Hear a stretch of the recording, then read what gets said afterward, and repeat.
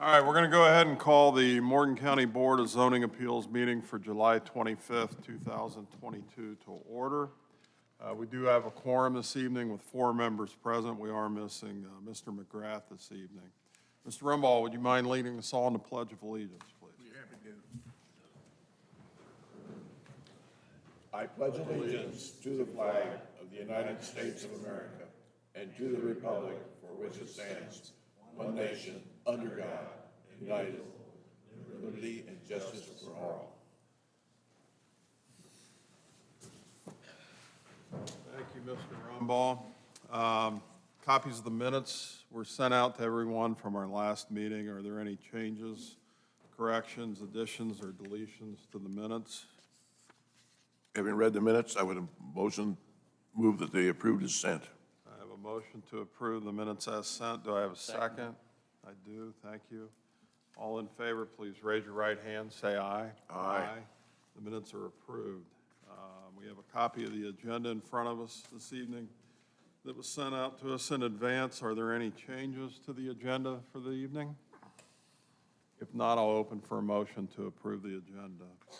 Seeing Mrs. Parker shake her head, I move the agenda be approved. Thank you. And second from Fred, thank you.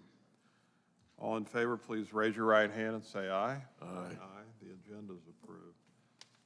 To anyone who wants to speak this evening, I'm going to call you up here based on the order that you signed in on the sheets over to my left, to your right. Is there anyone who wants to speak this evening that hasn't had a chance to sign in? That's going to be your only opportunity to speak. Okay. So we ask our board attorney, Mr. Peden, to swear in everyone who's going to be speaking this evening. Mr. Peden, if you would, please. This is a quasi-judicial proceeding, so when you address the board or talk to the board, you give your testimony. So, has to be sworn. Expect to speak to the board. Raise your right hand. With the other. All of you will speak to the board. You swear to tell the truth, the whole truth, and nothing but the truth, so help you God. Thank you, Mr. Peden. Thank you, everyone. If you've never been here before, I'll go over a few things on how we're going to proceed this evening. So the first order of business is going to be Stephen Boylan's application. And I'll call the applicant up to the podium, and we ask that everyone start out by giving us your name and address. If you are the petitioner or the person requesting the variance, we ask that you go into great detail on what it is you intend to do and why you feel the board should grant your request. If you are a person in support of that application, and it looks like we've got several signed up for the first one, we're going to ask you to keep it as brief as you can. If it gets repetitive, you're saying things that other people have gotten up and expressed, then I'm going to cut you off, quite frankly. If you speak out from your seats, I'll ask you to leave the building. So those are kind of the ground rules. Anybody have any questions about anything? Once we get done with those in support of the application, we'll ask if there's anyone in opposition or a concerned citizen about the application. They'll be afforded the opportunity to come up. Same rules apply. If you get repetitive on it, I'm going to ask you to stop and return to your seat. So try and keep it relevant and keep it pertinent. On the first application for Mr. Boylan, we're hearing 3 separate things, and we're going to hear those one at a time. And we're going to only address and speak to primarily, I know they kind of overlap, but each one of those individual requests. So we'll get going. Under old business this evening, our first item on the agenda is public hearing SE-22-03. Stephen Boylan is requesting a special exception to establish a campground in an ag district. The property is located at 7411 North Kivett Road in Gregg Township. And for this application, I have, it looks like 16 people signed up in support of, 2 people in opposition to, and 1 person is a concerned citizen. So Stephen Boylan, are you here this evening? Yes. If you would come forward, again, start off with your name and your address, and then in detail, tell the board what it is you're going to do and why you need the exception this evening. My name is Steve Boylan. I live at 7411 Kivett Road in Monrovia, which is southwest of downtown Monrovia. And we are applying for a variance for the camping. Research I've done, I've worked with the state to find out the minimum number of campsites, maximum number of campsites that I would need according to a septic permit that I requested. And that would be 8 sites, all primitive. No running water, no lighting, but we do want to offer the campers a way to have toilet facilities and showers. I'm going to stop you for just a second. Do we have some audio difficulties? Closer like this? Yes. Okay. There we go. I'm going to still stop you for a second. If you can't hear him, and maybe this applies more to those in opposition or concerned too, there's empty seats at the front of the room. So feel free to move up here if you can't hear Mr. Boylan. Please continue. Thank you. Okay. So the campsites, we're looking at 2 areas, 4 sites in each area with 1 fire pit. We want to invite the 1 fire pit per campsite per 4.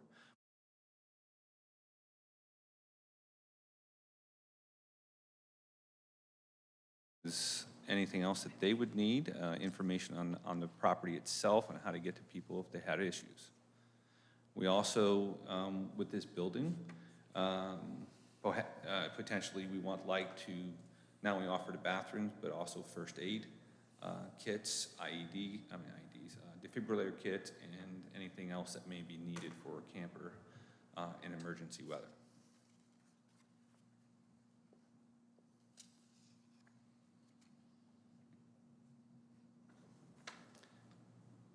Anything else? I kind of thought you guys would be asking me questions too, specifically, so. Fair enough. Questions from the board members? Yeah, what kind of toilets you gonna have? ADA compliant toilets. The building was designed for ADA compliance by Sanders and Associates out of Terre Haute. It is more than capable of handling the amount of campers, and it will have a shower in it as well. Thank you. Have you had the fire department out there from Monrovia? Or Not Wright yet. Township Fire Not yet. Department out there Everything's- yet to no, everything's in the look plan. at this land?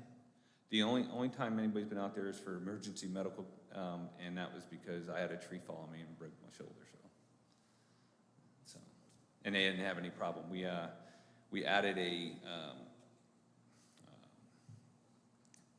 I guess it was address sign on the front of the property, and they didn't have any problems finding us at that point in time. And that was 2 years ago. So. You're putting campers and stuff in there. The reason why I'm asking, we've had another situation come up in the past few years out in that same area that the fire department said that they could not get their equipment in and around through this. And that's the reason why I'm asking if you had them out there yet. I have not, but we do have equipment to clear trees if we need to, and we'll make it compliant to whatever they need. So it will make sure the road's wide enough. We have no problem with, cutting down trees if we need to. Obviously, I don't think we need to cut down much. We may have to cut down a little bit to make sure that happens. So, but the gravel driveway, I think, is at 12 feet wide right now, and I'm assuming that that's the trucks are about 10 feet. It's pretty standard for 10 feet wide on those big trucks. Like I said, I have no problem working with the fire department, make sure that they can get up there and get up there safely. Question out of curiosity. I'm an avid camper, and I do a significant amount of it. Do I have to share that campsite with everybody else when I want to cook dinner with only 1 fire pit? Well, that's at this point in time, that would be the recommendation, that you would just have. We don't expect to have too many campers. Will they all have picnic tables at them where they can sit? We have plenty of picnic tables already that we can scatter around, but right now the one fire pit is what's proposed for each campsite, each camping area. But I have no problem with, So you can have at their tent site, they could have a charcoal grill or something a like charcoal that? grill, as long as it's safety and approved by, you know, a safe grill approved by some sort of fire department. We will have fire extinguishers available. We'll put them on posts and have them available for all campers. So, and we'll have them charged frequently, of course. Will there be one toilet in the area? No, the toilet would be about 250 feet away. The building would be about 250 feet away, and I'd like to do lighting to the building and have that open whenever campers are there all night long. Thank you. Okay, and the building itself, we want to be able to have it, if bad weather like last night rolls in, we want to be able to have a place where people can go into the bathrooms and stay safe for a little bit until something like that passes. This will be used for everybody on your property? The bathrooms? That one bathroom? It would be a public bathroom, it would not be a private bathroom, so it would not be used by myself. So I'm playing disc golf or doing anything else there, one bathroom? It would be ADA compliant, it'd be a women's, a men's, 2 stalls in women, 2 stalls in men, I think, But one location?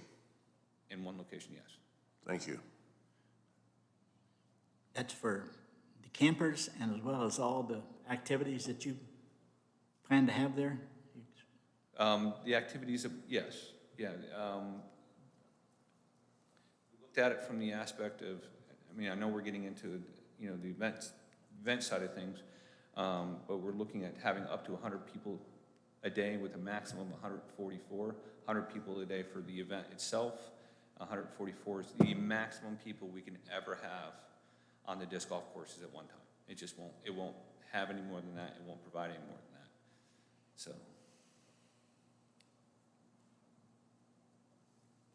I have an opinion on the adequacy of that.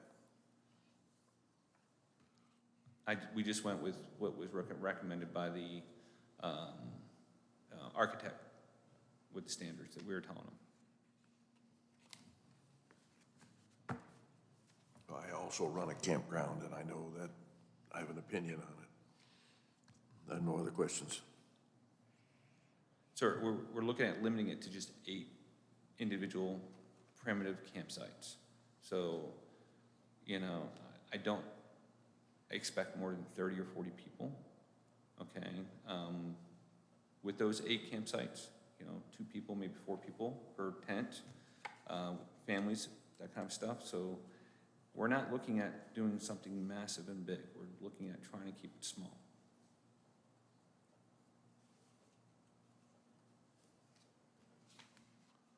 I have no other questions. Gentlemen? Not at this time. May have some later.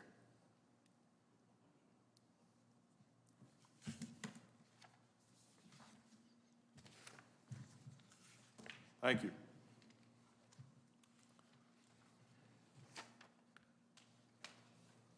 All right, Jennifer Boylan. Jennifer Boylan?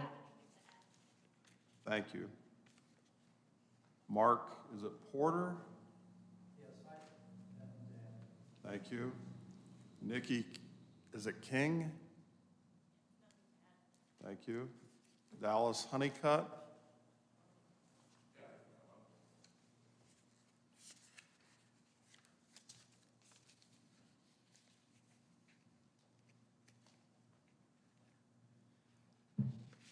Hello, my name is Dallas Honeycutt. I live at 700 South Westwood Drive in Bloomington, Indiana.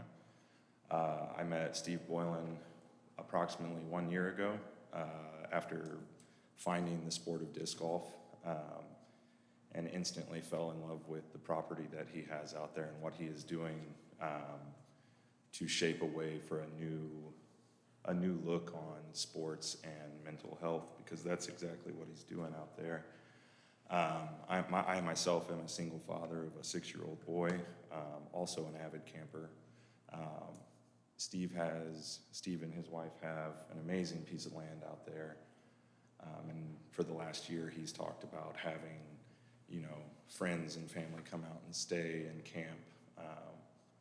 And so we've, for the last year, myself and a bunch of volunteers have went out there and helped clear and clean the land and make sure that it's, clean so we can traverse it without getting stuck in the woods and stuck in the weeds. And so, I see it as a very, positive thing for some, and I understand your worries about it.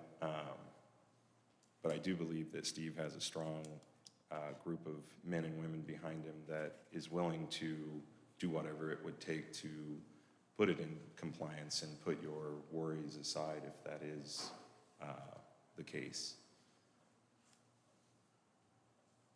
Thank you. Questions, gentlemen? No? Thank No. you. Thank you. Dustin Moore?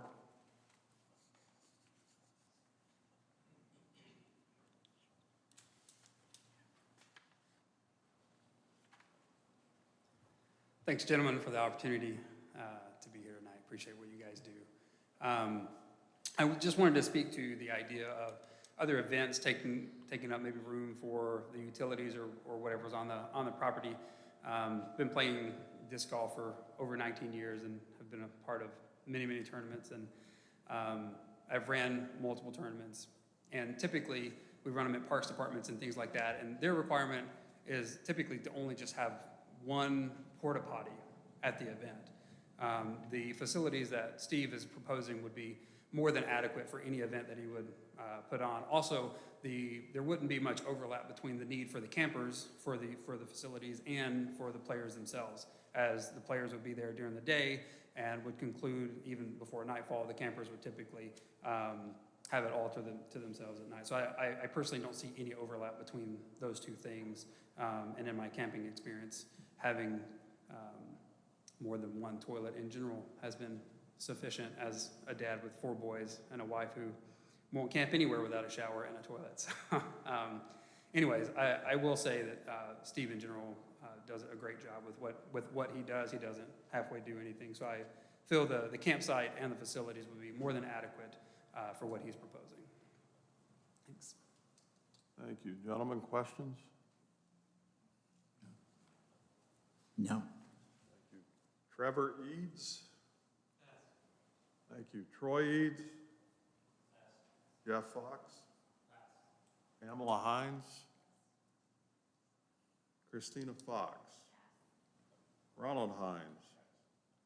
Jeremy, is it Samter? What's the last name, Jeremy? Sumter. Thank you. John Abernathy? Jeff, is it Nugent? Thank you. Susan Carson? Sean Carson. I was way off on that one. One guy with a big beard, and I called him.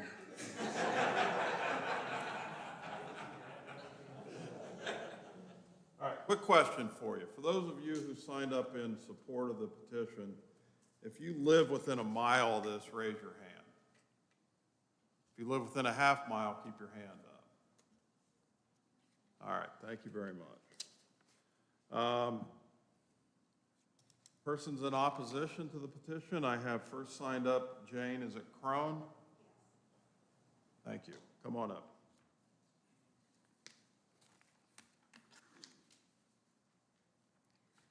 My name's Jane Crone, and I own the property 7591 North Kivett Road. I was raised on Kivett Road. It's always been agriculture. I personally hate to see these changes come forth into a community that we've always had solitude, quietness. In the last year and a half, I've seen quite a few people on the roadway, walking up the hills. We've had trail cameras on our property, and we've seen people people walking past the trail cameras. So therefore, I don't support this type of thing because I would like to keep it the agriculture community that it's been for years.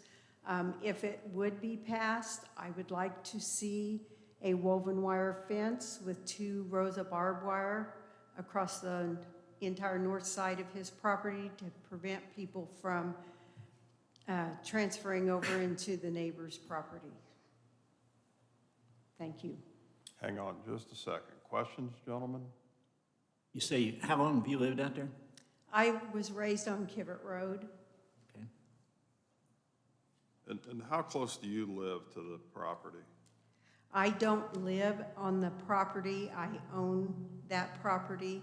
I someday may move back there. I live on Henshaw Road at Monrovia. 20 years ago, I had a house built right next to me. I've had quite a few problems with adjustments to that. I can no longer let my dog run because of the housing addition. I live on a farm there and then own the property there on Kivett Road that we farm. Is there a residence on that property? Yes, there is. There's a house. And does someone rent that from you? Yes, they do. All right. You say your son's planning on moving back there? No, I said someday I might. Oh, I have not decided yet, but sorry, I misinterpreted. no, that's fine. My sons do farm the property there. They've had trail cams up, and we've seen people in the last year or so walking through the property. Through your property or through the applicant's property? Through my property. That's where the trail cams that we own are, in the wooded area along the field. We have trail cams. Did they come off of Mr. Boyle's property? That, Or the Boylan, trail I'm sorry. cameras do not show Where they came that from. distance. They're on our property. Okay, all right. With Indiana fencing laws, of course, fencing from one side of your hand to the other, would I don't believe we have it, have to have the planning director tell me, but would a farm fence be adequate for you? Yes. And you would do your half? The west half already has fence. It's the back half that joins the Touch Smith. you, anything that would touch you, you would be, Yes, Yeah. you'd be willing to participate in the fencing? yes. Thank you. Other questions, gentlemen? No. Thank you, ma'am. Susan Smith?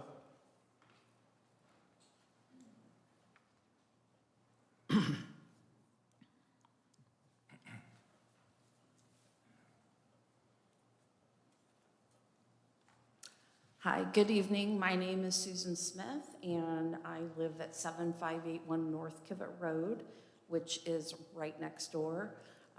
We actually used to own that property that Steve and his wife live on now. Speaking about the fires and the fire department coming, as a matter of fact, we lived on that property. We had a fire building a bunch, some brush and stuff, and it was down by the road. And the fire department, actually, they came by and said that we're not allowed to have open fires out there. So that's what concerns me a little too, of having open fires up there in a wooded area. It's a very heavily wooded area up there. They would also have to travel quite a ways. A fire truck would have to travel quite a ways to get to the point where the campers would be. Another issue we have are just the people that are out there. We don't know who they are. Unfortunately, there's so many pedophiles and things these days. People might seem very nice, but you just don't know who they are. I have grandkids, and if they were out playing, they'll go to possibly the back part of the property, and which is right against their property. And I just have a fear of that. Without like Jane was discussing, some kind of maybe fencing or something put up to kind of keep them there. We have as well, we have we've got deer cam also. There have been people come from the property over onto our property, and I've been laying out in the sun in my backyard and people coming into my yard. So that's just kind of, I'd like to feel that, I have some privacy in my home, but I don't feel comfortable laying out anymore out there. And just the, issue as well. I mean, we're just, to sit out on our back porch. It's always been nice and quiet, but it's just not anymore. So nothing personal against them, because I do like them very well. They're very nice people, and my dog goes over there, and they take very good care of my dog. But it's just all the people that are over there now, just in and out over there, is what we have the problem with. Gentlemen, questions from the board? How many times is this occasion that you've had people come in over there, around there? You've had people on your property when you're done. How many occasions have you had? There's been about 6 or 7 times. In what kind of time period? During the day, and then they're just mostly during the day. How long a time period? A year? 6 months? It's been in, I would say, the last 6 months. Okay. So, and I apologize, it's echoing pretty bad. Is there any way to fix that? Did you say you sold the property to the applicant? Correct. Okay. Unfortunately, we used to live in that house, and my in-laws, we built a house right next door. My in-laws moved into that house where they're at now, and unfortunately, they passed away. And my sister-in-law and brother-in-law just kind of wanted their money right away, so we had to sell it. Okay, could you come up here a minute and show us on the map here where you live in relationship to this?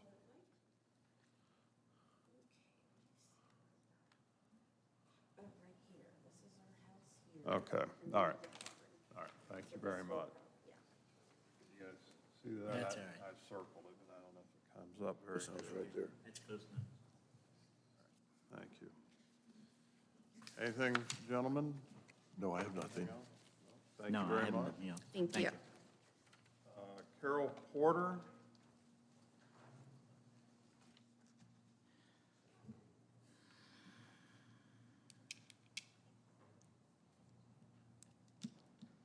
My name is Carol Porter. I live at 7210 North Kivett across the road. And I have 2 concerns, though I'm generally in favor of what they're doing. One is noise, just curious. It's quiet. We have cows, not ourselves, but neighbors have cows. And other than that, it's all wildlife, and it's very quiet. Not even really dogs barking. So we enjoy the quiet.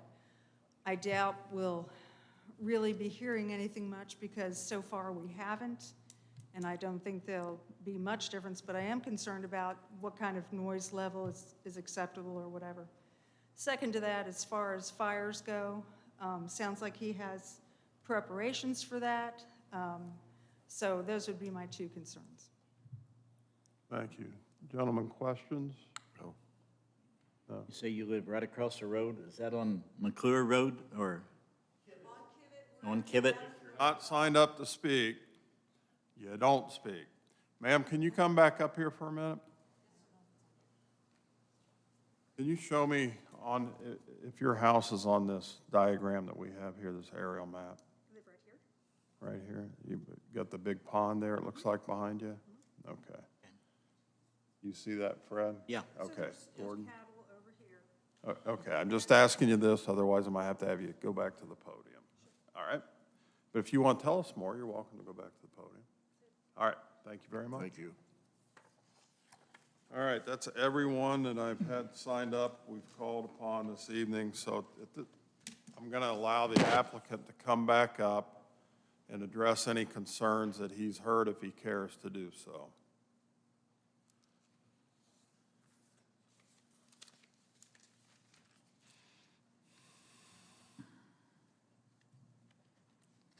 I'd like to address the first opposer, I guess Ms. Crone. Move closer to the mic. I'd like to address the first opposer, Ms. Crone. I know she's talked about, she said that people have been seen on trail cam. She's not doesn't know where from. I understand that because I honestly have found about a half a dozen people on my property that weren't supposed to be there, weren't invited by me, and didn't come through any of my advertisements. They came through neighbors looking for mushrooms. I get it, I understand, morels are a big season, and that happens. And unfortunately, I believe that's what happened.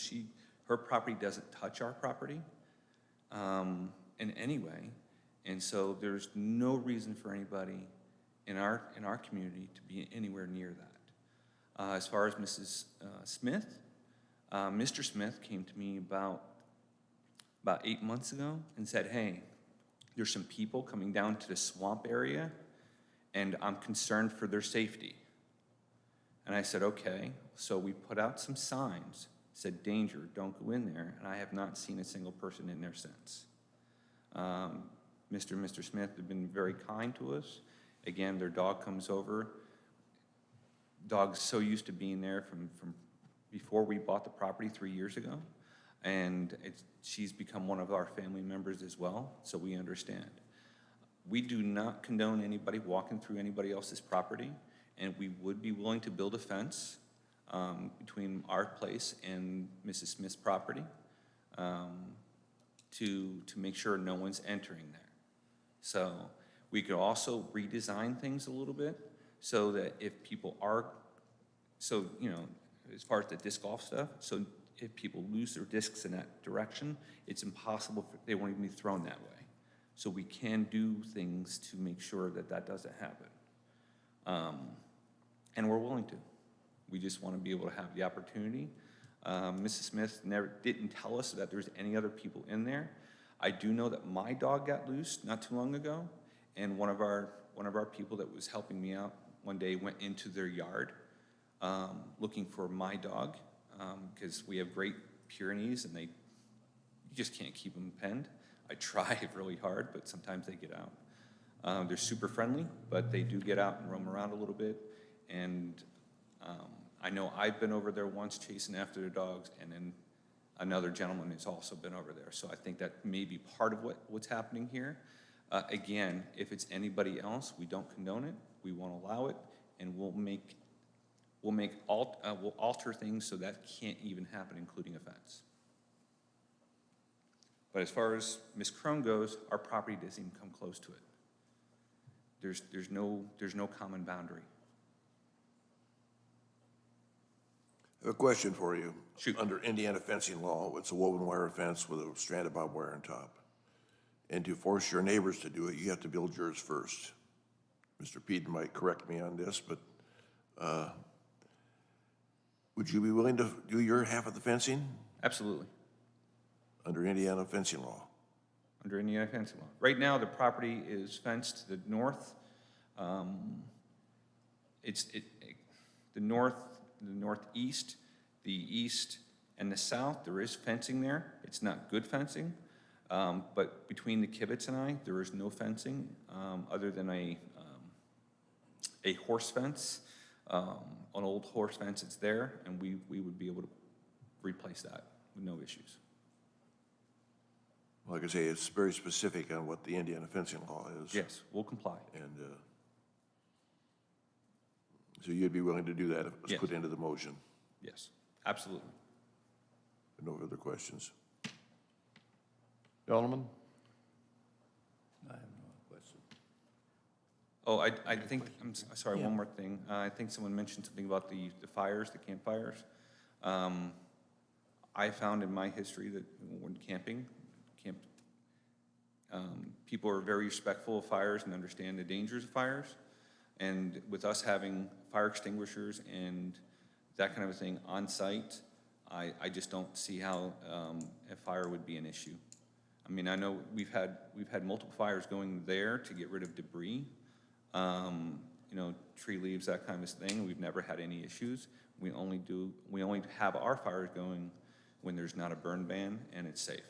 So we're very respectful of that. Probably 99% of the fires that happen, the damage-ridden fires or the foliage fires that happen are not planned. Well, I understand it. And so, you know, it's a situation when you got camping, when you got open fires, your chances of having one of those fires, especially with any kind of a wind or any kind of a spark arrest on the thing, is greater than that. To be honest with you, I'm skeptical about this because of the fire department and situations we've had before out there. Not being firsthand and already looked at this or your plans of what you've done, you're wanting to do. Because a fire out there could spread real quick. Granted, and that's... And it could create a lot of damage. Well, we're also looking at, one of the concerns was if fires, camping being in the woods. We're not doing that. We're doing camping in open areas, open fields. So there's no, I mean, there's woods, don't get me wrong, there's woods around it, but there's not going to be any direct trees in sight or that kind of a thing. And if there's a burn ban going on, we will absolutely adhere to all those and make sure the campers adhere to it as well.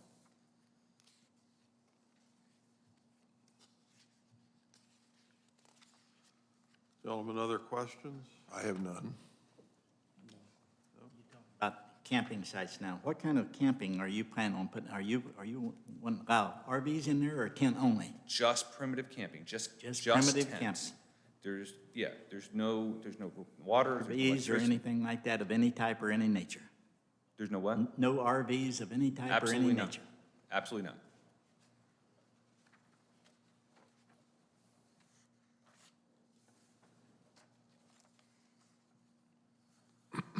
So from your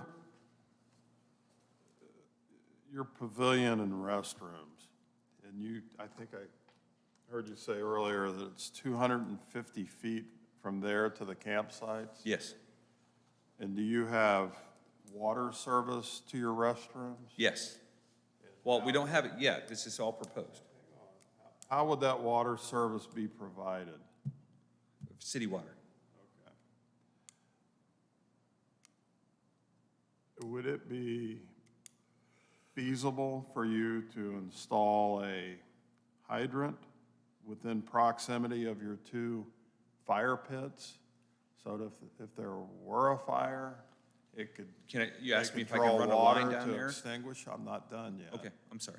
They could draw water to extinguish the fire from those hydrants?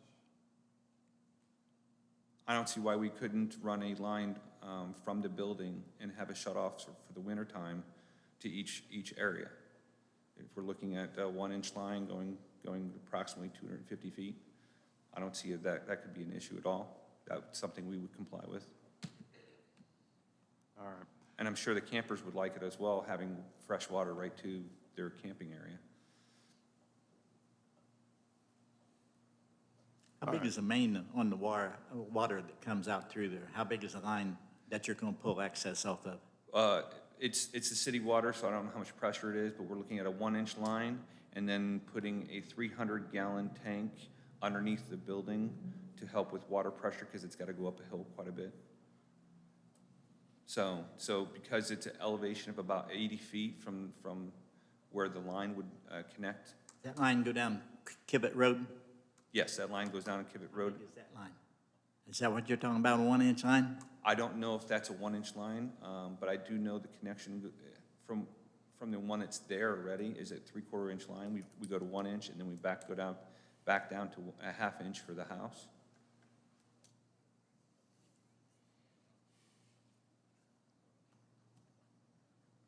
I don't know what the standard line is from the Morgan County.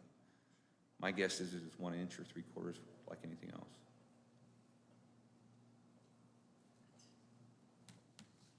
But that's why we have it, that's why we're proposing putting a reservoir tank underneath the building, okay, and having a pump for water pressure. And that would be 300 gallons immediately available at all point in time, and the water would be always spilling into that.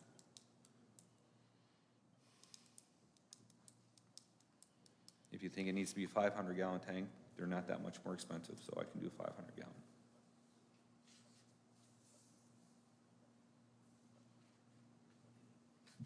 So it's your proposal to have this campsite, these campsites to support those that are coming out and playing disc golf on your golf course? Not Is that necessarily. correct? They can be exclusive.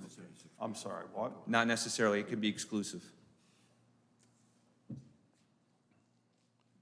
And you live on the property there as well? Yes, Okay, so you're there to be able to police it at night. If there is noise, you can go back and tell them to knock it Absolutely. off. And control so your, as far as the camping,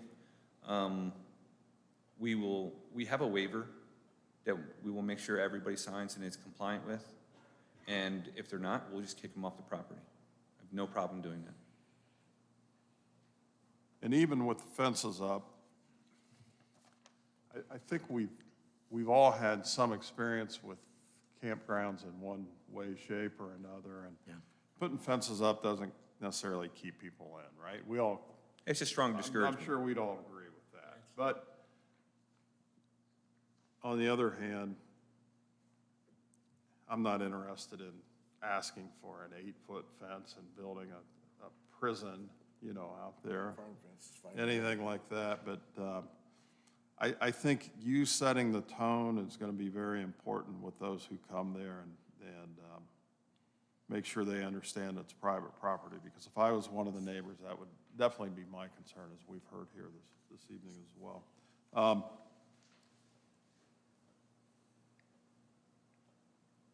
Trash removal? Are there plans for that?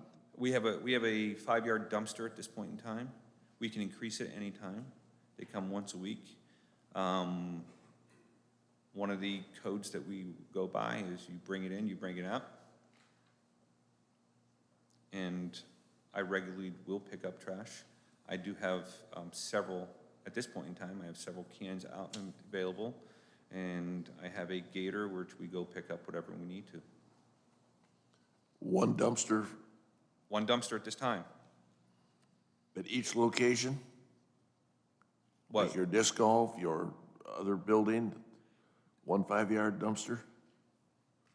I think you have a misconception about how many people are gonna be there on a regular No, basis. no, I ask One dumpster, dumpsters. at this time, one dumpster in a central location that's gonna be available, yes. This is arbitrary. Okay. Extraordinarily arbitrary. Let's say that you got 8 sites, you got 4 people at each site, which would be pretty positive, that's 32 people. Correct. And we have not come to these other things here that you're requesting, but somebody had mentioned that you'd have up to 144 people playing disc golf at any one time. Correct. And you've got a special exception for a real event facility, and that'd be maybe 100 people, arbitrary again. That's 276 people. I'm extraordinarily curious as to one restroom, which is my opinion. That's all I'm asking. I'm not asking for a comment on that, but I don't think these figures are too out of line. There will never be 276 people. No, we're not talking about never. We're talking about what could be. No. What there's- could be, what could be. You've got all these things going on. You said you would have tournaments. So if you have a tournament and you have a wedding venue, It could happen. Once we grant the approval, it could happen. excuse me, sir, but if there's an event there, if there's a wedding event, there's no disc golf. We close it down. There's no tournament in the wedding at the same time. It can't happen. We can't facilitate that. We cannot physically have that many people there and be able to keep it quiet. I can't do it. I won't do it. We're talking 144 maximum, whether it's the wedding at 100 people plus some people camping, or a disc golf. or. It's either or. It's never gonna be both. It can't be. There's just not enough room. There's not enough facility there. I won't do it. I only put the disc golf thing in there because I thought events covered disc golf. Okay? And then Ms. Parker said I had to do a disc golf variance on top of it. I was under the understanding that events covered disc golf and that would be completely good. And when I was notified it wasn't, that I had to put another $400 up and put another variance up, I didn't want that confusion. Okay, what it's creating here is you say, if there's disc golf, 144 people and 100 people at the wedding event, you can't do it. You can't. If I had 100 people there at a wedding and then 100 disc golfers, I'm going to destroy that wedding. No one will ever do it again. You're going to say 144 people maximum on this site at any time? At any time, maximum. You can't have more than that, ever. Camping? and all. Camping, disc golf, wedding, you name it, nothing more than 144 ever. Just can't do it. We just can't support it.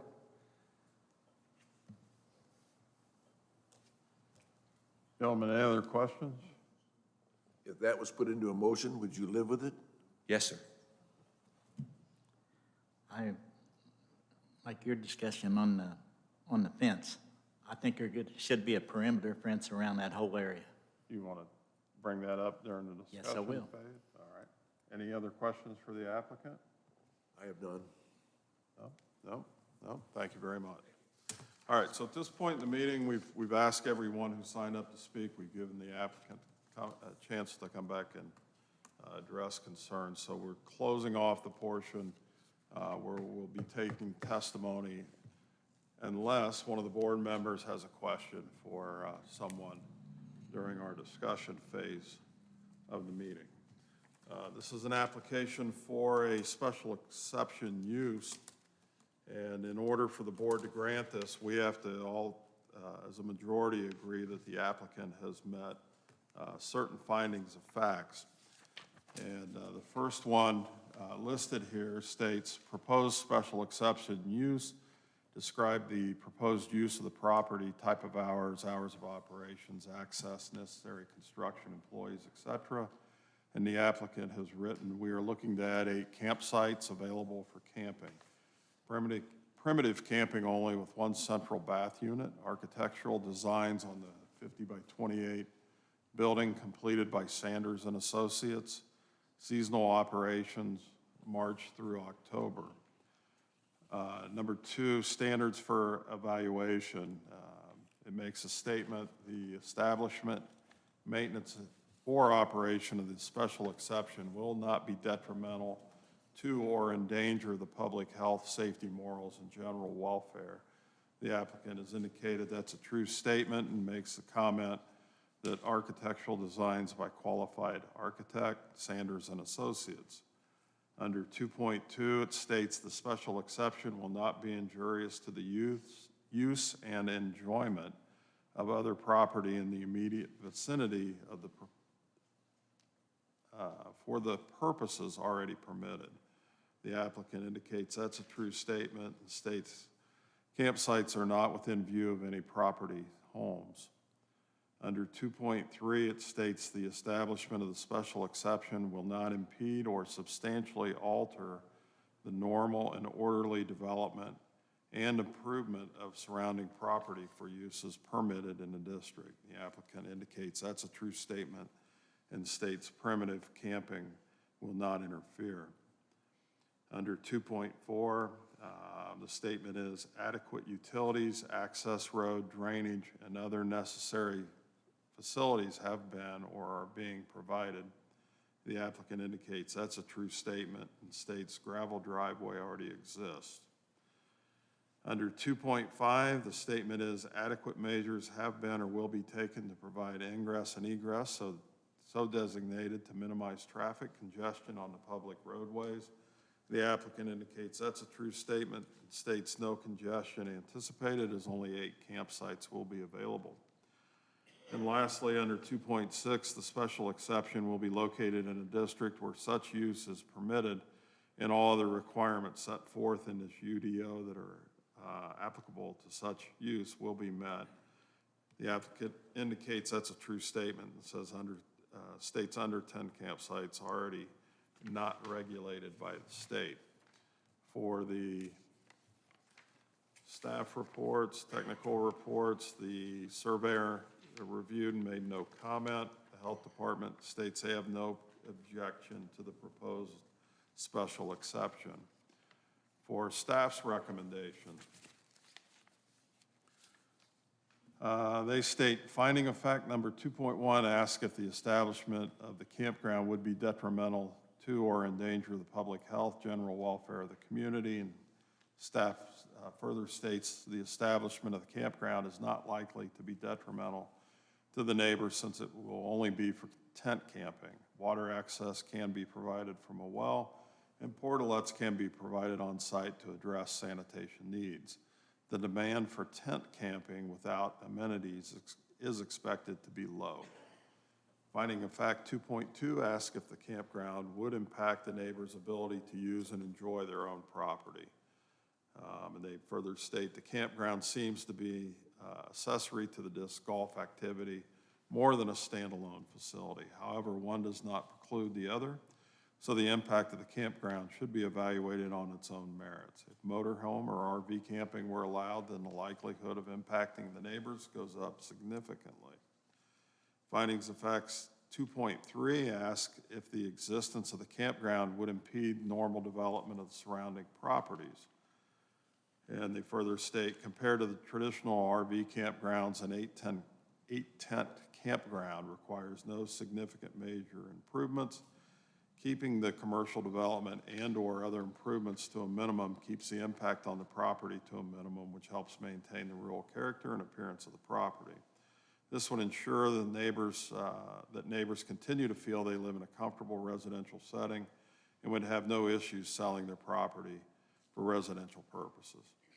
Findings of facts 2.4 ask if the campground is served by adequate facilities, and staff goes on to note the property is easily accessed from Kivett Road, and there is sufficient room to park cars on site. Those camping in tents can be provided water from a well, and portalets can be used for sanitation.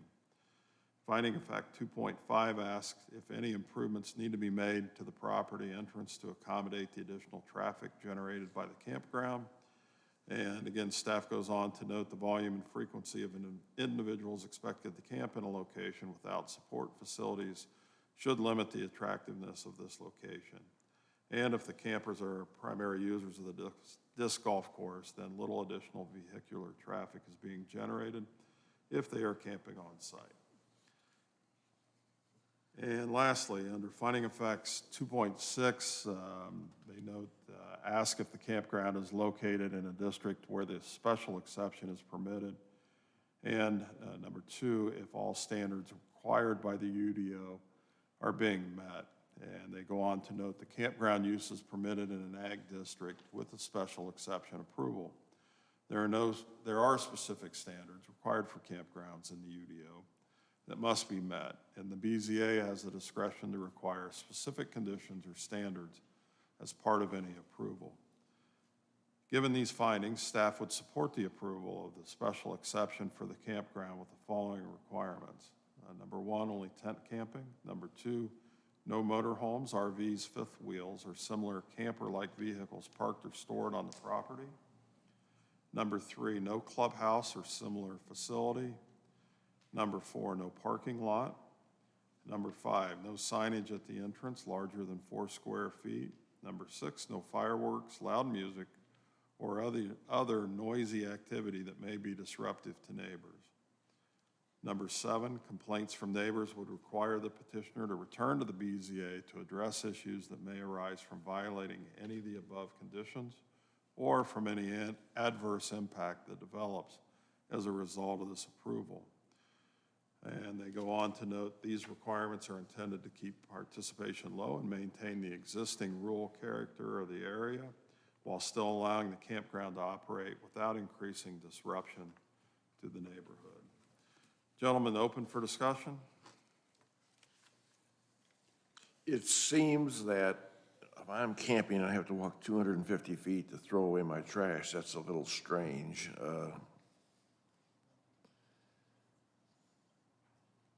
in my opinion, this does not seem to be well conceived as far as what's going to go on. And I do believe that he probably will not have anything going, but it certainly without super careful planning, we could have an awful lot of people there. One bathroom for either 100 people or up to 144 people does not seem adequate to me. Thank you. Other discussion or comments, gentlemen?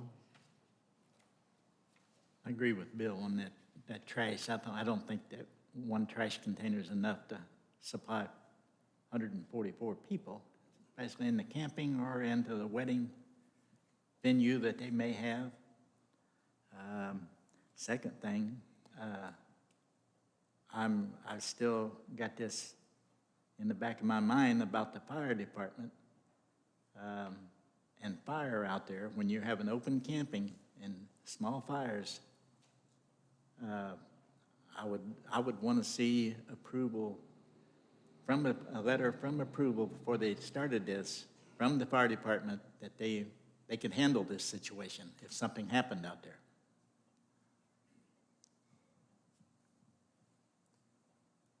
Anything else, Fred? No, other than we're going to be about the fence. I want a fence all the way around it, 5-foot fence, Gordon? farm fence. I just get a little bit confused on only tent camping allowed, no motor homes and RVs. He's talked about having weddings and stuff later on, so it's kind of, one kind of goes into the other one and one goes into the other one, so.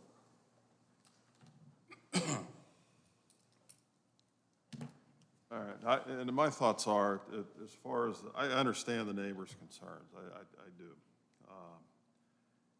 I wouldn't anticipate this being an issue if the applicant's willing to build a fence around the property. Post signs that not trespass, have it in his waiver that the customers sign when they enter the property, and we're talking about 8 campsites. The fact that it's tent camping only and not RVs and motor homes, I would be inclined to support as opposed to motor homes and RVs and that type of thing, which I think just kind of by nature bring more noise with them with generators and then the associated things that generators are providing power for. So that being said, I would support this. Again, with the fence, I understand the concern with the fire department, and if that's something that, if somebody wanted to bring forward a motion to approve and put in there that a condition of that approval be that they have some statement of support from the fire department that they're adequately planning and the fire department can provide services to them to do this, I would not be opposed to this. As far as the wedding venue and the amount of trash generated and that type of thing, I would hold my thoughts on that personally until we hear that particular application. You know, I'm used to the state facilities, and the states have bring it with you, take it home policy on the trash.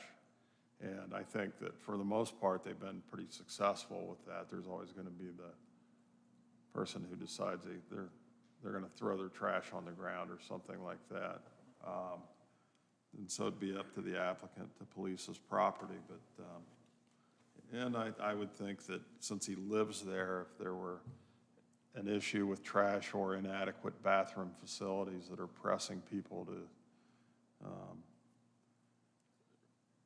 attend to their bathroom needs at a place other than the bathroom, that the fact that he lives on the property would probably motivate him to do something very quickly to address that as well. That's my thought.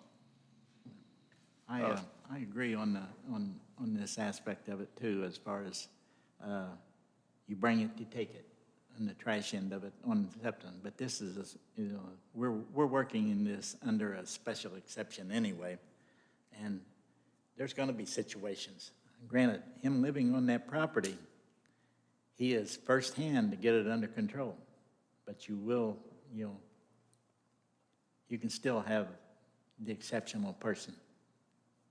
I don't care how you get it, there's gonna be some people that's gonna test the limits on everything. Yeah, I agree. And it's different than having someone that you invite into your home where you're not running a commercial enterprise like this. But probably 90% of the police runs for, I'll call it a disruly person or unruly person, are going to somebody's house, for that. So, I'm not familiar with disc golf that much. I've never played it, but I've never heard it being associated with a crowd that's been prone to cause problems, like maybe some other activities that Never we've have all either. been involved with in front of us before. Usually a milder array of people, what I've heard about and read about it, that do this. But trying to Other cover all discussion? bases. I'm sorry. Just trying to cover all the bases.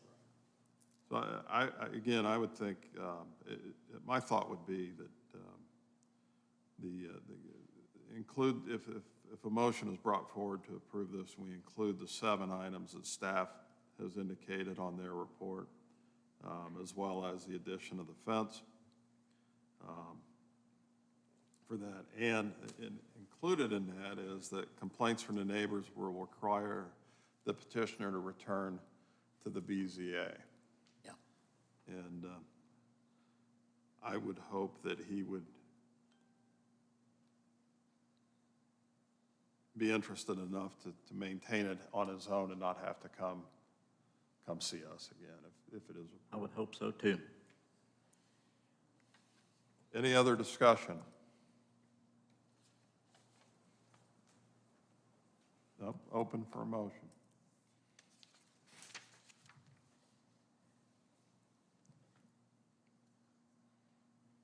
I make a motion, we approve petition number SE 22-03 for the special exception to establish a campground on the zoning district at 7411 North Kivett Road, Gregg Township,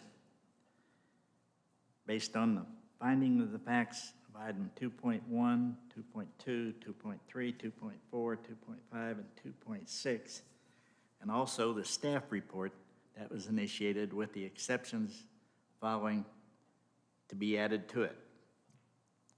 Only tent camping allowed. No motorhomes, RVs, fifth wheels, or any similar camper or vehicle parked or stored on the property. No clubhouse or similar facilities. No parking lot established other than for the camping and then of the venue assembly. No signs at the entrance of it, and the entrance only, no larger than 4 foot square. No fireworks, loud music, or any other heavily noisy activities through the day or even after dusk at night.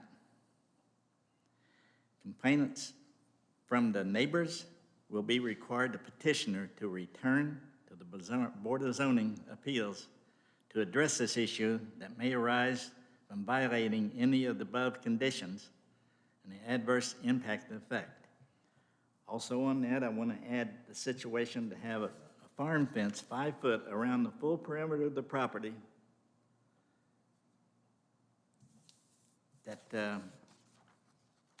and keep it maintained within the fence laws and everything. And finally, I want to see, before this thing is approved to go through, a letter on file through this, through the planning zone, on file from the fire department of that area, approving everything that they're doing and stating that they feel that they can accessibly access this and control the fire in case of emergencies or safety of any manner. That's my Thank you. motion. Thank you. I have a motion to approve with several conditions. Were you able to get all those listed? Thank you very much. Do I have a second to that motion? I'll second it. I have a motion and a second to approve. All in favor, please raise your right hand and say aye. Aye. All right, so the campground request has been approved. And we're going to take a quick break, 5 minutes by my watch, so if you're wondering how close we are, come find me, I'll tell you, but 5 minutes, we're going to start back up. Mics are still on, just so you guys know.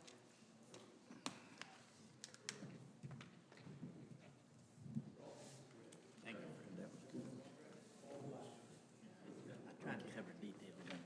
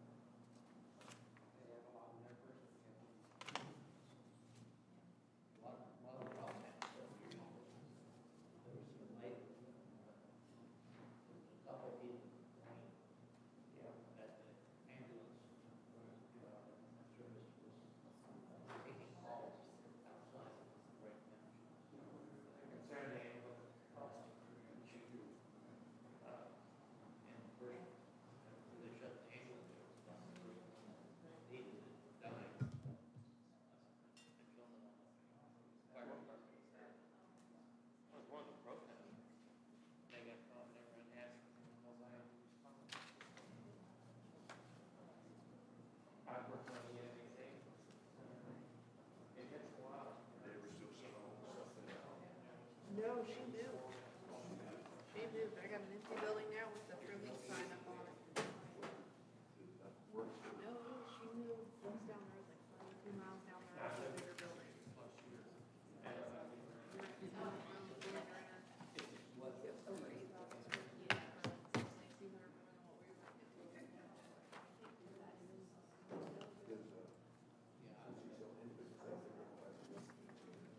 Now that she's in a bigger area, it worked before the whole problem. I don't know if she's doing it different now that she's. So sometimes it's not, sometimes it's just a big tool chest, the big ones, sometimes that's a pallet. But it just, yeah, she's just down there, so like where 67 and 231 meet, you hang a lead, it's off on the right, we see some Bible things there. Right past the hardware place. It's blue, it's got storage in front of it, and right behind it, there's a big blue building. Right before you go down off on the right. Have you eaten in that new Thai restaurant in Spencer yet? My sister-in-law has it, she liked it. I have A not. friend of mine ate in there and liked it. Yeah. Oh, wait. This is the first one.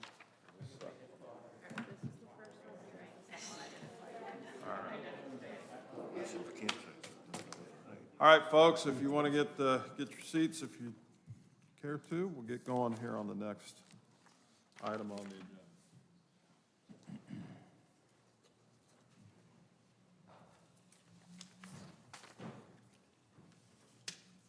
All right, our next item on the agenda is public hearing, SE-22-04. Stephen Boylan is requesting a special exception to establish a rural event facility in an ag district. The property is located at 7411 North Kivett Road in Gregg Township. For this, it looks like I have same folks signed up in support of and in opposition to as an interested person. So again, we're hearing just the portion on it that concerns the rural event facility. Mr. Boylan.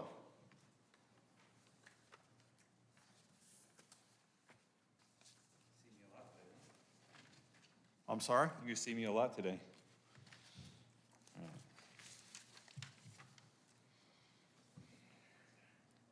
So our proposal is to put two buildings up. The first building is a 50 by 28 building that hosts three bathroom areas, one of them for a shower, ADA compliant, one of them for men's bathrooms, ADA compliant with 2 stalls, or 1 stall and a urinal, I think, and the other one ADA compliant women's for 2 stalls. So that, you know, there would be multiple bathrooms, not just one bathroom, but at one bathroom location inside this building. That would take up half of the building. The other half of the building would be office and storage area. The proposal for the wedding venue itself would be a 40 by 80 open pavilion with cement with open sides, and that would sit in the middle of the property as well. That could host the weddings themselves, and the building and the clubhouse building, so to speak, would host, you know, the groom party and the bridal party, that kind of a thing. The plan would be to also have a parking lot that would be less than 1 acre. I do not have the engineer studies on that yet. We will get those done, approved. And for drainage, and it would be a gravel parking lot maintained weekly by us. Right now, we have the parking lot, we would have the parking lot area perimeter with logs, so we can show exactly where people need to park. We do not have lines yet at this point in time, but we can put parking meters, I mean, not meters, but I guess they're boundaries at each one to show the parking spaces. You guys have questions? Gentlemen, questions? I don't have any. So this is, you're proposing with this one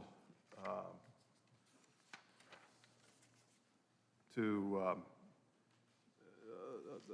a wedding venue, right? Yeah, type place. a wedding or event venue of some sort, yes. Family reunion? Family reunions, if churches want to come out. We've even had people ask about cornhole events doing out there, public service, all kinds of things we can do. I called it a wedding venue because I thought that was the most applicable use, but as far as what we're trying to do is open it up and having people enjoy it as much as we do. So let's see here. Bridal showers, engagement parties, weddings, wedding and receptions, family reunions, cornhole, horseshoe tournaments, RC car racing, corporate employee retreat, team building events, church meetings, school groups, nonprofit meetings, disc golf. That kind of hit the... I was told I had to label everything, or I'd have to come back here and reapply for something. Okay. So how late in the day would these events go on there? I know it depends on the event. What would be the latest? The latest would be 9:30 at night. It doesn't get dark until 10. Now, I would anticipate like a reception would last until about 9:30 at night. We'd have a strict rule that no music after 9:30 and make sure people go home. Will this building be heated and air conditioned? No, it's open on all four sides. It's a pavilion. The other building, there are two buildings. The pavilion would be open, no air conditioning or anything like that. We will put ceiling fans to push the air around. But in this second building, where the bathrooms would be located, yes, that would have heating and air maintained. And air conditioned? Yes, sir.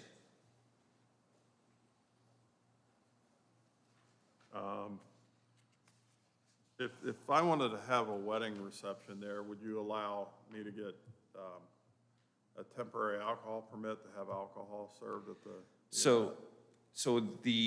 We've come across this, as far as what is legally binding, we would, if a,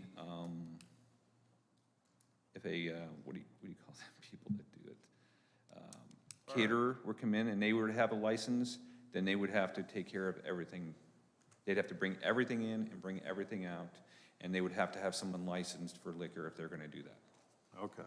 And if I wanted to have a DJ, then I'm assuming I could do that as well? There would be rules on when the DJ could do it and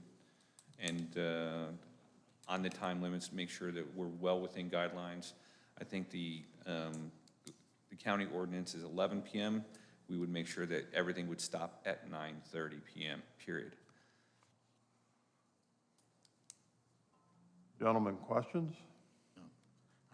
My concern was that the time essence on this music and everything else for this wedding venue, you say you will shut up everything at 9:30 p.m.? Absolutely, absolutely. We enjoy our privacy and we enjoy the things that we do out there. We do not want to have this interfere.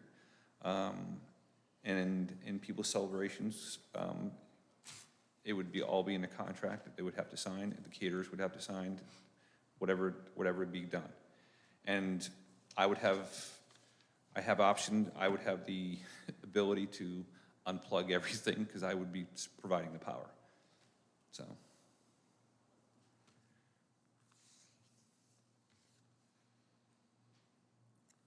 Other questions, gentlemen? I have none.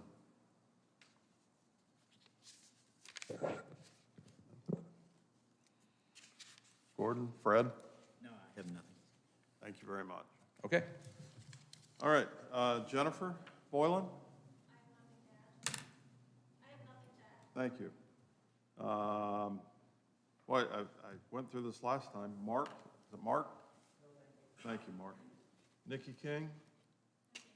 Dallas Honeycutt?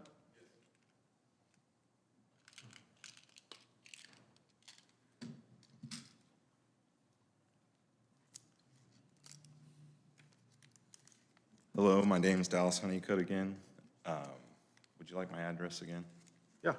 I live at 700 South Westwood Drive in Bloomington, Indiana. My profession is event and catering. That's what I do for a living. I work with the largest catering company in southern Indiana. It's called One World Catering at the Woolery Mill. It's off Tapp Road in Bloomington, Indiana. It is a repurposed stone mill from the early 1900s that was decommissioned, and we've turned it into a large event space there in Bloomington. I have worked at many rural event centers around the state and in other states. And the way that Steve has proposed for his events to be is way more strict than any other rural event space in the state. Most rural event spaces stop their events at 11 p.m. in correlation with the state noise ordinance. When it comes to alcohol at an event, especially off-site and rural event spaces, we look at the county ordinance, the county rules and guidelines for that. And if we have to, we file for the correct paperwork and the correct certificates and licenses for those events. If those are not available, we do not offer alcohol at all, beer, wine, or liquor. It's all up to the county for those spaces. So that would be you know, county-based. The one building that would hold the restrooms and the showers is adequate space for a wedding party of 6 to 8. Our facility in Bloomington, our wedding party rooms actually only have one restroom, one stall per for 8 to 10 people, according to the Monroe County Code for that. The open pavilion, there won't be as many weddings or events as there would be if it was closed pavilion. So that would limit the amount of events that would be able to had out there, which would also would limit the amount of traffic that, you know, could have been there if it was, so there would be less traffic than the other way. I think that's everything I had in my mind.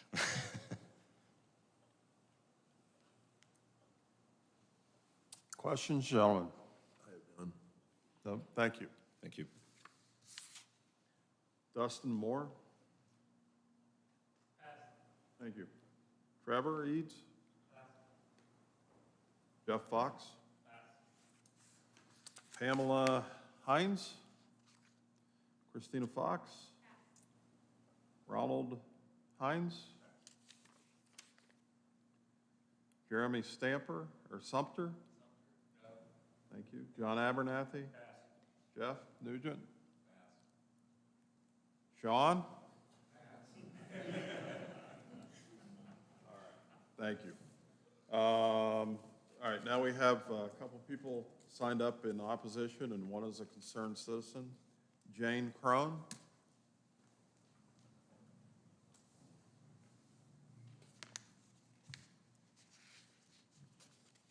Okay, just for some clarification that, Hold on a second, Jane. If you would, give us your name and address again. okay, Jane Crone, 7591 North Kivett Road. Thank you. The 144 people that was stated for the previous, is that the same for this? Is it 144? And then it was mentioned March through October. Is that the same date for this event center? And from March to October is, you know, farming community in that area. There's a lot of equipment and stuff on that road. And I would like for that to be considered for this event and the traffic that would be on that road at that time.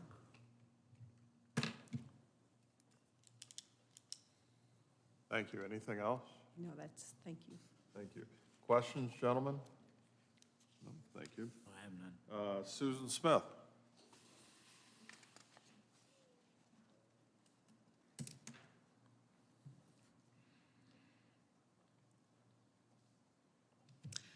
Hello, my name is Susan Smith, and my address is 7581 North Kivett Road.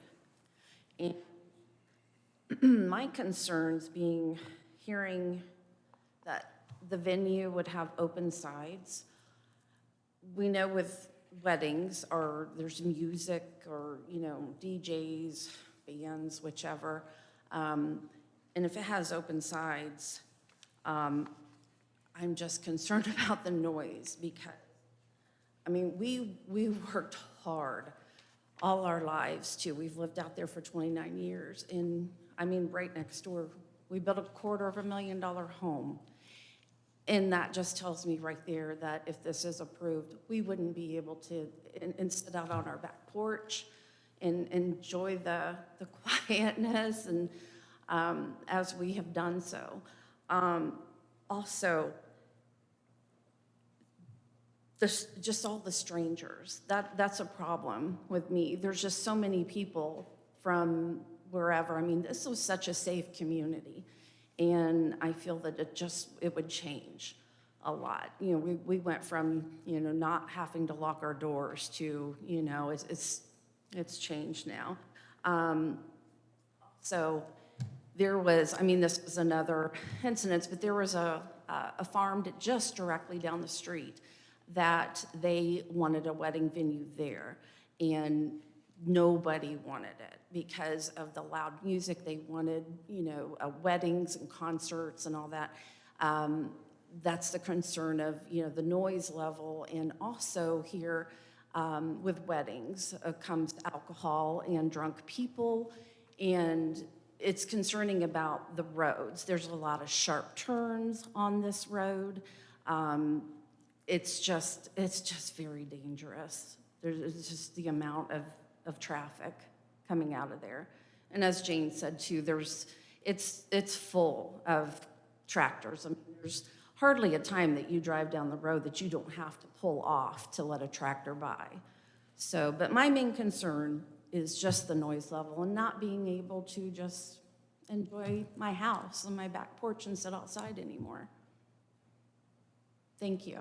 Thank you. Gentlemen, any questions? Thank you very much. Thank you. Carol Porter? Thank you. All right, Mr. Boylan, would you care to come back up and address the neighbors' concerns? You don't have to, but you're welcome to if you choose to, briefly.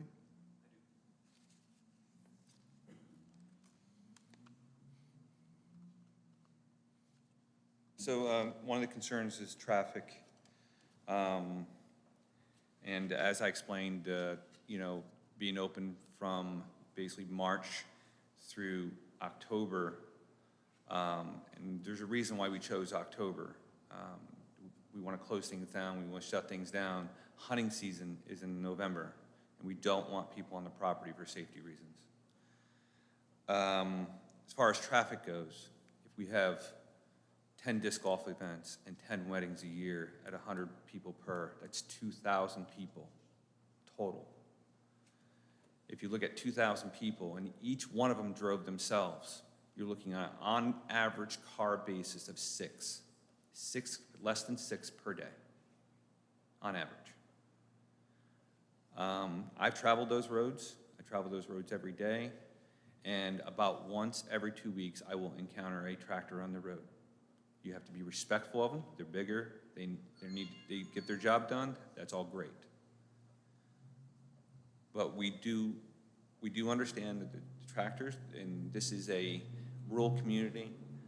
We have people that we can put it in our bylaws to respect the tractors on the road and give them right away.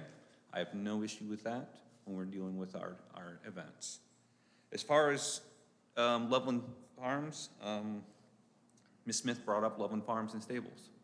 You guys approved a wedding venue for them. I don't know how many years ago it was. We have no significant increased traffic from that. They are less than a mile away from us on the same road. I'd say maybe a half mile away, which means they're a half mile away from Mrs. Smith and Ms. Crone. So I understand they had opposition to that, but if they haven't had any noise complaints from that, I doubt that they'll get any from ours. Let's see what else.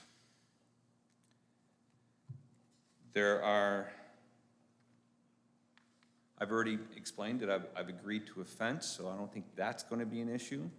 And as long as the building gets in, you had questions about the trash when it comes to the camping. The dumpster will be there, but there will also be cans around to, as I stated earlier, take the gate around and empty the trash out take it to the dumpster. If we need to get a bigger one, okay? I'm a pretty smart guy when it comes to, if it's overfilling, I don't want trash laying around, I will get a bigger one. It's not that big a deal. I understand there's, with growth and that kind of a thing, there may be an opportunity that we have to do something like that. Our goal is to keep this small. We do not want 100,000 people out there. We don't want that. We're looking at doing 10 events, maybe 10 kind of disc golf, and that's it, 20 total, okay? And I don't see how that's going to be a significant impact. as it is, and especially if we build this fence as I've committed to. You guys have questions? Questions, gentlemen? I got something for everybody. We just approved the last variance, but we had all these number 7 complaints that they were gonna go by, right? Yeah, you guys stated that you were going to go by the No parking recommendations. lots, no Now- fireworks, no loud music, no noisy activities, no clubhouse, no RVs. So does that automatically exclude the, But we was talking about tent camping, and now we're talking about event venue, yes? the wedding events. Sporting So events. I'm a little confused. Does one carry in over to the other one, or how we do that? Well, my thought on that, Gordon, is that because we're a Board of Zoning Appeals, that we may not have specific guidelines spelled out for each and everything, so it's going to be up to each board member to individually assess and determine if that meets the criteria. I know that's pretty wishy-washy, but that's just my thought. And Mr. Peden and Ms. Parker may have a different thought on that. Mr. Peden, Ms. Parker?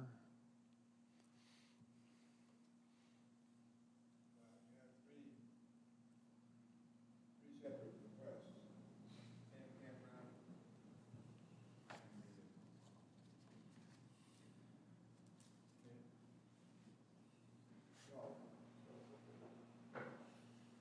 Individually, and or not, what the findings are.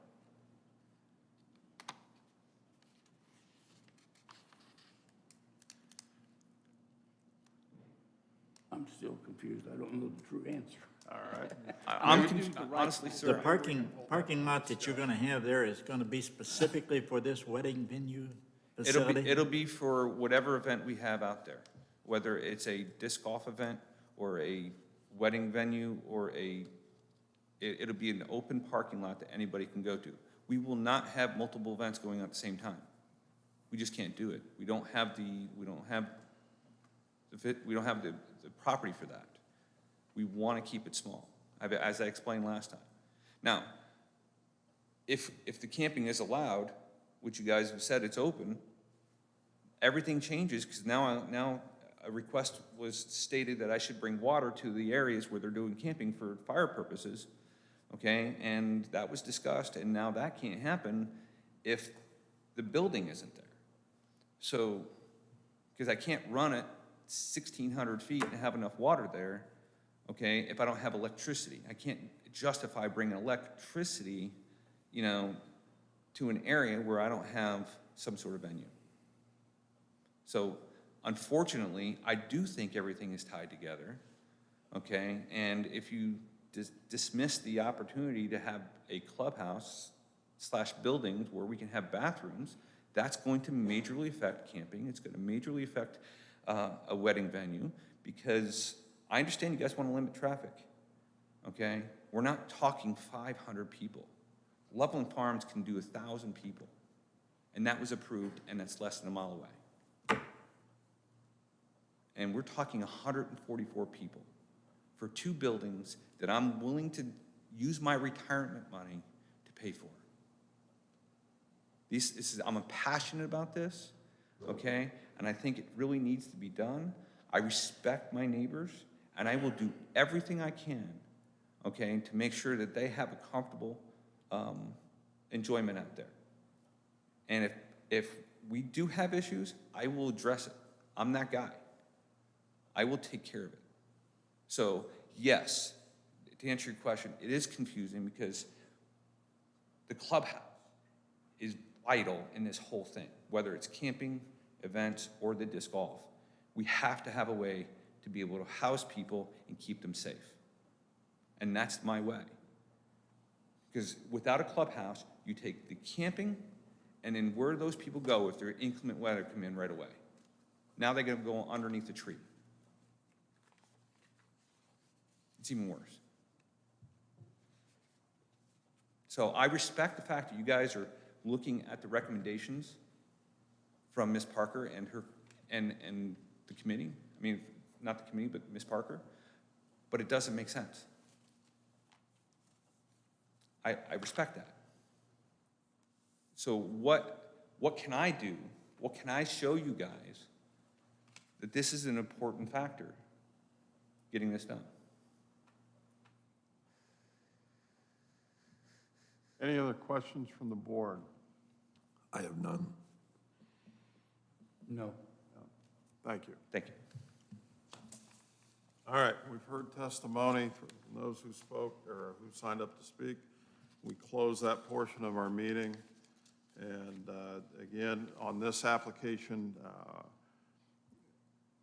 for the special exception, we have to agree that the applicant has met all these 7 items on the findings of facts, if you will, on this. Number 1, the proposed special exception use. It says describe the proposed use of the property type, use of hours of operation, access, necessary construction, employees, et cetera. And the applicant has written, we are looking to add 40 by 80 pavilion to offer a venue for wedding or small events. Capacity 75 to 100 people. No food will be prepared on site, and no food waste will be cleaned at the facility. Bathrooms provided in a separate building, working directly with state, local guidelines for septic and ADA. Under standards for evaluation, under 2.1, it says the establishment, maintenance, and operation of the special exception will not be detrimental to or endanger the public health, safety, morals, or general welfare. The applicant notes that's a true statement, and for his explanation, he writes, architectural designs by qualified architect, Sanders and Associates. Number 2.2, the special exception will not be injurious to the use and enjoyment of other property in the immediate vicinity for the purposes already permitted. The applicant indicates that's a true statement and notes pavilion will not be visible from neighbor's property. Number 2.3, the establishment of the special exception will not impede or substantially alter the normal and orderly development and improvement of surrounding property for uses permitted in the district. The applicant notes that's a true statement and makes the comment, small events will not interfere. Excuse me. Under 2.4, it states adequate utilities, access road, drainage, and other necessary facilities have been or are being provided. And the applicant indicates that's a true statement and has written gravel drive already exists, parking will be offered. Under 2.5, it states adequate measures have been or will be taken to provide ingress and egress, so designed to minimize traffic congestion on the public roadways. The applicant indicates that's a true statement and states no congestion anticipated, 25 to 50 vehicles anticipated on venue weekends. And lastly, under 2.6, it states the special exception will be located in a district where such use is permitted, and all other requirements set forth in this UDO that are applicable to such use will be met. The applicant indicates that's a true statement and has written work with local government officers to confirm usage by going through this process.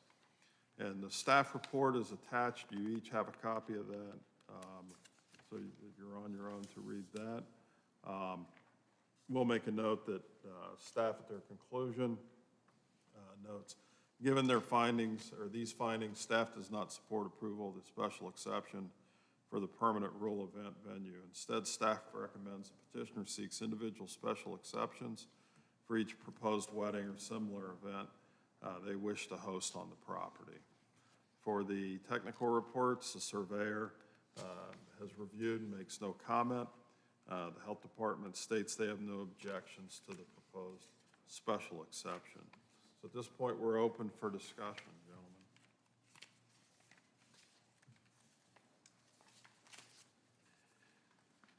It just seems to be everything that everybody said about the camping and everything like that. And we talk about fences and different things like that. I know from my experience in renting some property, we didn't ask for a guest list, that only so many people are going to show up. We're not going to search their cars to find out if there's alcohol.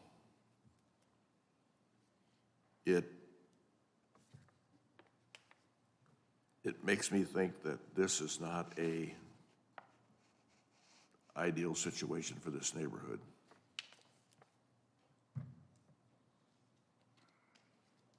That's all. Thank you. I'll tell you my thoughts on this particular application. The applicant's right. We don't have to follow Ms. Parker's recommendation, it's just a recommendation from staff, based on a lot of research into the applicant's proposal. We have to agree that the application meets certain findings of facts, which I've read off. And in my mind, we don't meet on 2.1, 2.2, and probably not on 2.3. 2.1 talks about the establishment, maintenance, and operation of the special exception will not be detrimental to or endanger the public health, safety, morals, or general welfare. So in my mind, the general welfare portion of that applies directly to the neighbors, while the camping I didn't think was intrusive. In my mind, this would be when you have a wedding venue and you have a DJ. We heard that the pavilion is going to be an open pavilion. There will not be any noise blocked from that. This is a rural residential area. I am sure that the neighbors didn't plan on this when they bought their properties, however many years ago that was. That ties directly into 2.2. Pavilion will not be visible from neighbors' property. And again, I don't know it's the visibility that I would be concerned about. I'd be more concerned about, quite frankly, the noise. And the applicant's comments when he came back up to the podium and was talking about running water so many feet and that type of thing. I understand his concern, I really do. However, it's not the board's position to determine if it's financially feasible to have this kind of operation to begin with. So, to me, that any requirements that we would have imposed, the applicant has to decide, can I make money doing this or not? And if not, and we've imposed those requirements, then they go another direction with it. And to Gordon's question earlier, when you were asking about, how does one thing tie into the other? Well, they all do. We're trying to hear them separately, but they all kind of bleed over and from one thing into the other. But that being said, taking this one on its face, and based on the applicant's responses, both in testimony and in their written explanation to the findings of facts for the special exception use, I don't think they meet the criteria. I just don't think they've proven that they meet those requirements. That's my opinion on it.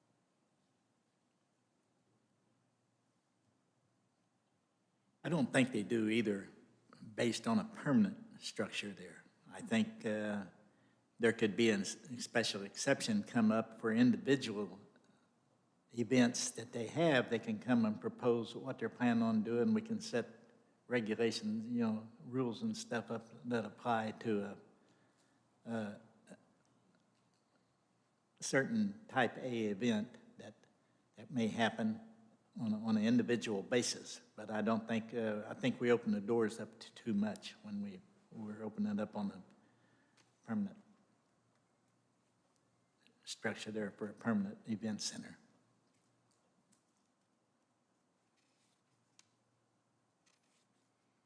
Any other discussion, gentlemen? I have none. Gordon? No. Brett? Yeah, again, to me, they have to meet these findings of facts. They haven't met them. I don't so see either. how we could approve it on that. Open for a motion.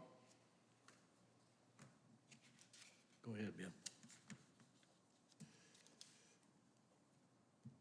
This is special exception has met all findings of facts. to deny must determine at least one finding of fact has not been met by the petitioner. I move we deny the request made by Stephen Bowen, petition SE 22-04 for a special exception to establish a rural event facility in the Ag zoning district located at 7411 North Kivett Road in Gregg Township, Morgan County, Indiana. This motion is made for the reasons stated in the following finding of facts. It is false that the establishment, maintenance, or operation of special exception will not be detrimental or endanger the public health, safety, morals, or general welfare. And I'll say because the reasons stated in the staff report. 2.2, it is false that the special exception will not be injurious to the use and enjoyment of other property in the immediate vicinity for the purposes already permitted because, and I'm going to put down again B, because reasons stated in the staff report. 2.3, it is false that the establishment of the special exception will not impede or substantially alter the normal and orderly development and improvement of the surrounding property for uses permitted in the district because the reasons stated in the staff report. 2.4, it is false that adequate utilities, access road, drainage, and other necessary facilities have been or are being provided as described for the reasons stated in the petitioner's finding of facts, in my opinion. 2.5, it is false.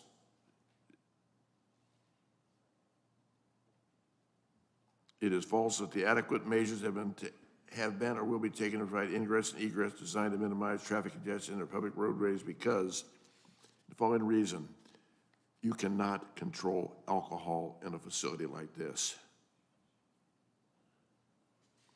And on 2.6, it is false that the special exception will be located in the district where such use is permitted and all other requirements are set forth in the UDO that are applicable to such use will be met as explained in, and again, in the staff report.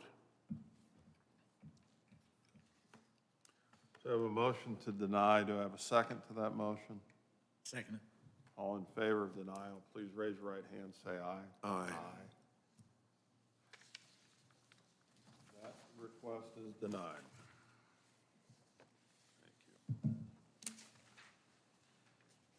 All right, our next item on the agenda this evening is SE-22-06. Stephen Boylan is requesting a special exception to operate a disc golf facility in an ag district. This property is located at 7411 North Kivett Road in Gregg Township. And it looks like for this one, we have everyone again that signed up for the previous two signed up for this. Mr. Boylan.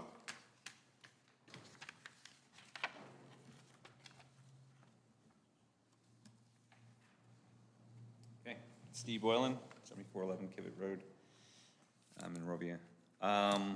The proposal for the disc golf course is to be able to have the facility host small events, have people out on a daily basis, and then also for some small events. The property would include 2 buildings. We'll call the first one a pavilion. I think you guys are familiar with this by now. And the second would be the clubhouse. Clubhouse would offer bathrooms and office and storage area. And the pavilion at this point in time would be open. Although if it pleases people, we would be willing to close it off for noise purposes, if that's a factor. I'm going to read you a couple of letters that we have supporting what we have. This is from Rebecca Duffy. She's the Operation Logistics Manager for the Pro Disc Golf Association. And she writes, I am writing in support of the proposed disc golf facility by Steve Boylan. My thoughts are, disc golf is an easy-to-learn health activity accessible to people of all ages and all fitness levels. Each year, millions of people play disc golf, both recreational and competitively. We need more courses and options. It can be played individually or as a group, still maintaining appropriate social distancing. As we are already so restricted in activities, this course will offer the community a valuable opportunity to safe social interactions, outdoor exercise, Disc golf grows larger and larger by the year, spreading into schools and college curriculums. The open, family-friendly atmosphere offers a safer and more regulated option that is not determined by race, sexuality, or gender. The inclusion and diversity of the game provides a safe sport for everyone. As a female in a male-dominated sport, this is very important to me as I contributed to the unprecedented growth of disc golf. Let's see, disc golf and people like Steve Boylan encourage family and beginners to get outside and play, from everything from young to elderly, a very inexpensive way to enjoy the outdoors. The acceptance of the course would be open opportunities for people without options. It would meet educational programs for both youth and adults. It would provide a place for veterans and other groups to meet. It would provide economic impact and community that bring in players for tournaments. I strongly encourage and support the disc golf course for your community. You are getting the best course stewards with the Boylan family and also provide excellent service to your community. Let's see. I want to let you know that the disc golfers that come out to our property, they all sign a waiver not to bother the neighbors, and we have a code of conduct with disc golf, much like ball golfers do. Respect people that play with sticks, balls, but at this point in time, this is with frisbees, and if you guys are ever interested, please come on out. 1, play smart, never throw into a blind area when players, spectators, pedestrians, or facility users are within range. Use the spotter, make sure things are safe. 2, observe all posted rules. No littering, graffiti, or abuse of equipment or flora. And 3, be positive and responsible, and teach others. That's the 3 codes that are very vital to the disc golfers, and we appreciate that being one of our mottos here. I have another statement. Mr. Boylan, I'm just going to offer a suggestion. Instead of reading, if you're going to read another letter from somebody that talks about disc golf, maybe you should talk more about how you're going to operate your facility and what you're going to offer as amenities and that type of thing. One of the things that we offer with disc golf, the facility, would be an area for people to congregate and then go out onto the course and utilize the property. What many people don't know about the property is, and Mrs. Smith can probably attest to this, that the property was logged several years ago, and the property was in disrepair. There was a few open areas that could be mowed, and she will also attest that we've cleaned it up. We have volunteers come out, help us out, clean it up for a disc golf venue. The farmers have talked to me about, I've asked them about farming the land.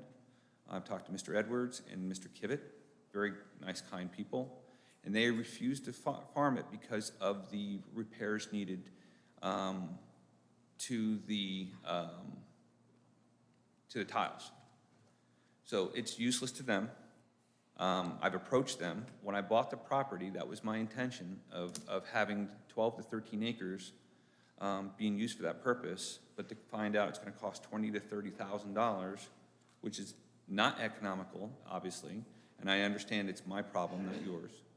I wanted to use this property in other ways, and so this is how we decided.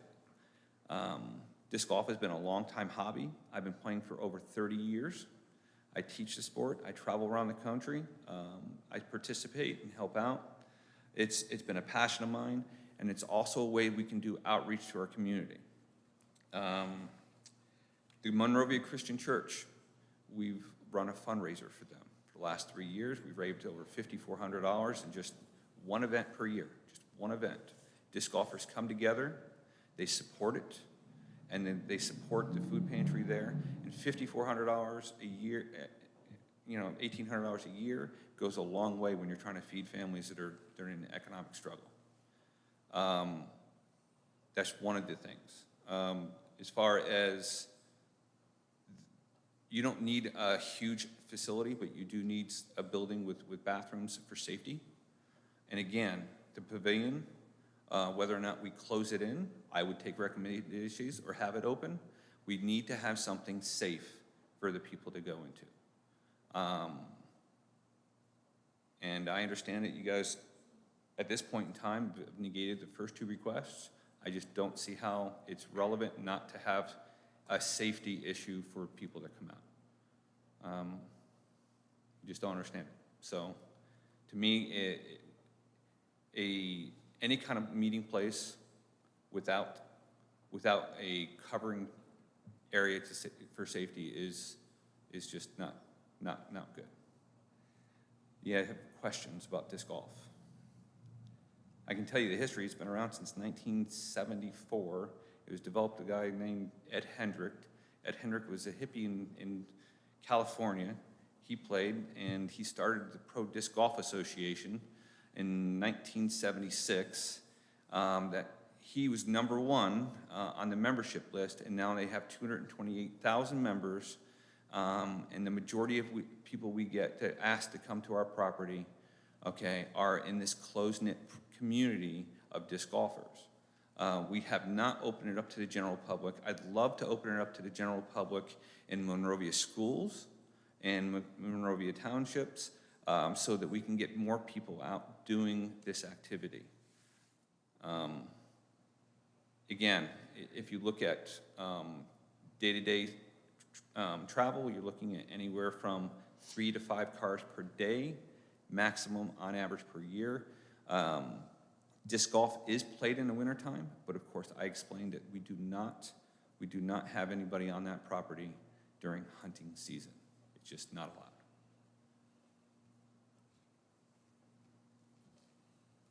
Anything else? No, I don't. You guys questions? Gentlemen, questions? Yeah, I've got several questions. I played disc golf with a grandson. Enjoyed it. I rented the equipment since he had all his. It's rather expensive to, of course, buy all the separate discs and everything like that I found. You mentioned veterans and everything like that. What kind of path do you have that goes through this area when we find our obstacles and you're going to the right of the tree and I'm going to the left of the tree? You have a asphalt, gravel? What kind of path are you going to propose? Are you talking about going up and down hills? Or are you just talking about just Talking about the course. regular course? So the course does go up and down hills, and we do have paths. We've added stairs and make sure it's safe for people to go traverse up and down these small hills. There are times that we've added gravel and concrete blocks to help with steps. We do not, 99% of it is grass, so we don't have concrete or any kind of pavement. The pavement will damage the equipment, the discs, so that is often frowned upon. We have purchased the top-of-the-line targets that you can get for the purpose of disc golf, so there's no issue there. It's not just a homemade stuff.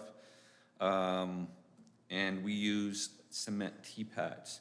The cement tee pads are actually, we got with a farmer and found out that they use hog slats, okay, in their farm, and we looked at it and said, all right, we can use these hog slats as a teeing area to make it safe for people to throw from. And for that reason, we've used it. They're 1,400 pounds each. We pick them up with a tractor. We move them around as we need it. They're not permanent, but at the same time, they weigh enough, and for safety reasons, they don't move. When people throw, they do, they go around trees, they go, the goals of disc golf are a little bit different than ball golf. Ball golf, you want these big, wide open fairways, okay, and you want to hit that ball 500 yards best you can, or 200 yards best you can. Disc golf is a little bit more on the placement side, and they measure in feet.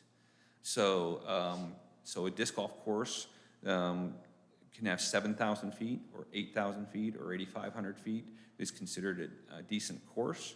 You can have courses as little as 3,500 feet. And if we do that, that also helps the beginners.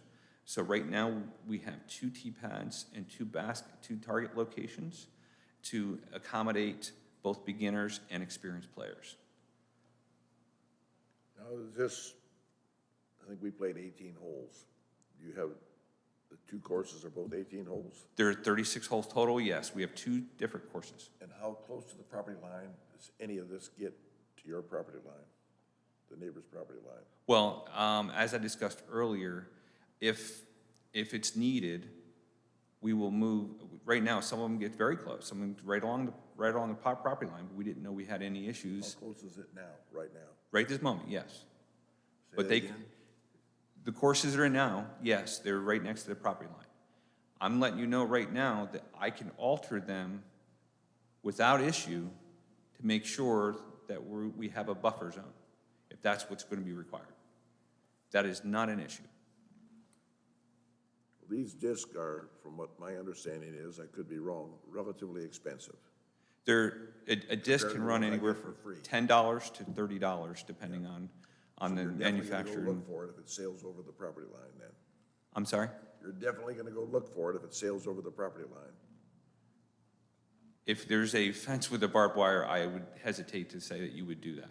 $30, I'd climb a barbed wire fence. Okay.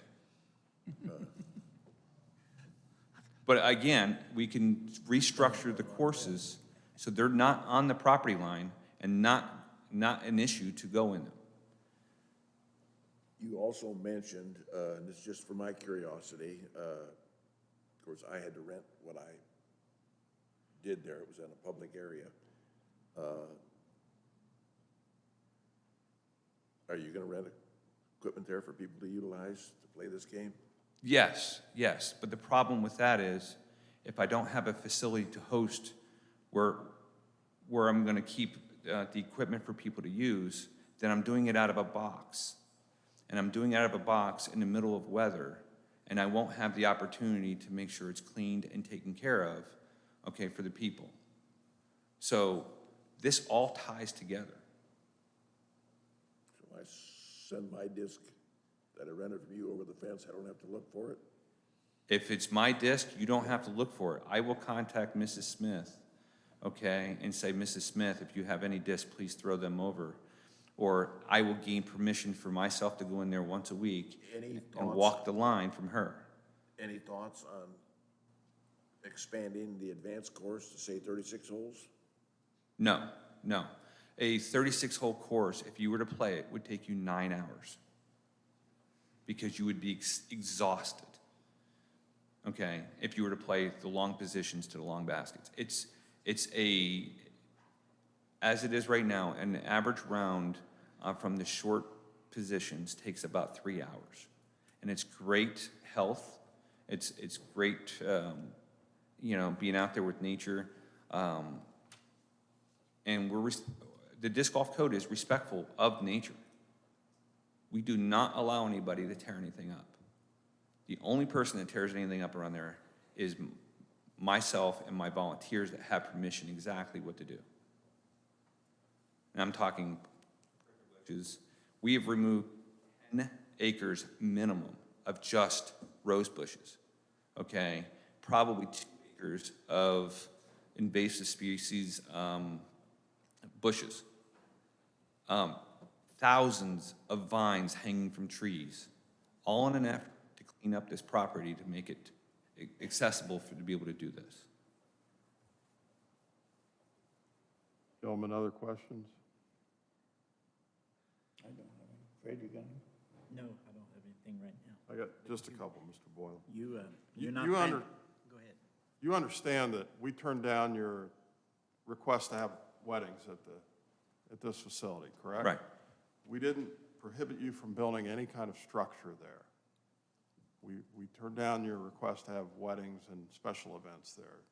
We didn't, I understand I could We build a don't- building. okay, I just want to make Yeah. sure you understand that. When you play disc golf, and I've never played it, is it similar to playing regular golf as far as the noise level involved in it? So the disc golfer code is, it's, Just, let's stay on track here. The noise level from playing disc golf, is it similar to playing regular golf? no, it's less. It's less, okay, great. Have you ever played regular golf? Yes, Okay. my And- hands bleed afterwards. And when you played regular golf, and I don't know if regular golf's the right term for it, I'm It's not fine. talking down about disc golf, but when you played regular golf, you played it at a golf course, right? Were there houses all around the golf course? Yes, And do you have any knowledge of whether or not that property is worth more or less than a house that's not on a golf course? those houses, all right, so my history is, I was a real estate agent for 20 years in Indianapolis. And Okay. yes, houses on ball golf courses are much more valuable. Oh, okay, all right. And I'm not trying to insinuate that that's going to be the case here, but I just want to make sure that we're kind of on the same page with that. If you don't feel like having people out there to play disc golf at your facility are going to be safe in the event of a storm, then either it's up to you to build a building or do something to shelter those folks, or you could look at it, I guess, and say, it'd be the same as if I'm driving my car down the interstate and a storm comes in. Sometimes the safest place to be is in that car, but again, I'm not going to dictate any of that, but it's your responsibility. Do you understand that? Not the board's to Oh, I impose- understand. Not the board's to impose upon you some restriction of that. Do you understand that that's the case there? It was explained to me that by Ms. Parker that the only way I can get my building built was through approval process. Period. Okay, I have already purchased this building. It is waiting to be delivered. Okay, well, I was told I could not have a permit until you guys approved it. okay. All right, I Specifically. would suggest you Yeah. round back with Ms. Parker when tomorrow morning, when we're all Okay. done here tonight, you guys regroup after the outcome of this evening and have further discussion. How late into the day would somebody be able to play disc golf on the golf course? Okay, so the latest we usually go out would be 6 o'clock in the evening, and that's during summer hours when it's late till I'm 10. sorry, the latest what? Latest would be 6 o'clock in the evening, and that's when it's light out till 10 o'clock at night, like it is almost 10 o'clock at night right now. Right now, it's light out to about 9:40, and then everybody goes home. So, Okay, all right. That's all the questions I had. Gentlemen, any other questions? Mrs. Parker, Fred has one. Go ahead. anything that would ever have to be worked out with the American with Disabilities Act, to your knowledge? It's open to the public, like the restrooms. Don't have to be accessible. Thank you. Fred, did you have a question? I didn't get your question. I didn't hear it. Mine? No, his. Oh, he asked if they had to comply with the ADA rules, and she said okay. it applies to restroom facilities, yes. Okay. And, you're not planning on putting any lights out there at all, right? I will have my plan was to run electricity to the buildings and having security lights on the building and pavilion. That's it. I want it to be able to light up the parking lot, the proposed parking lot, okay, so people can be safe. That was it. And at a certain point every evening, they would go off. We would have some lighting available for some campers on the night that the campers would be there.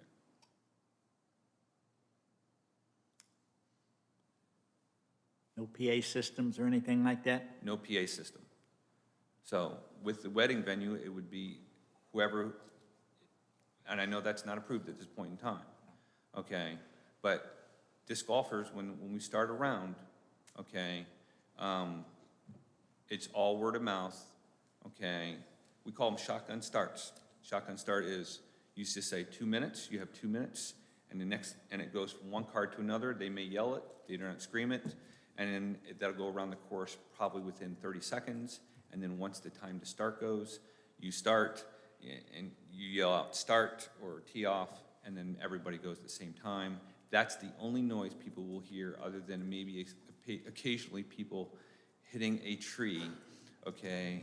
Just like in golf, and you may hear, a little bit of exclamation. Obscenities, right? Yeah, what's that? Some verbal obscenities. Well, not necessarily, but it has happened on occasion, but 99% of the time it does not.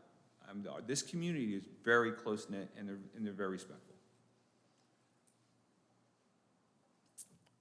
This is going to be from March to October, right? March to October.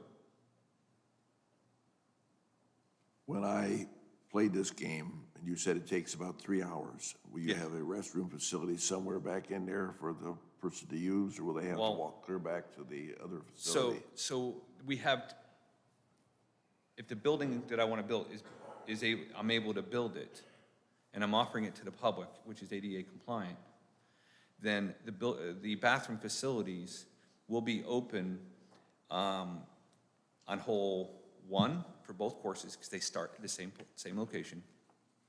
They will be available on hole 5, because it's close to the parking lot.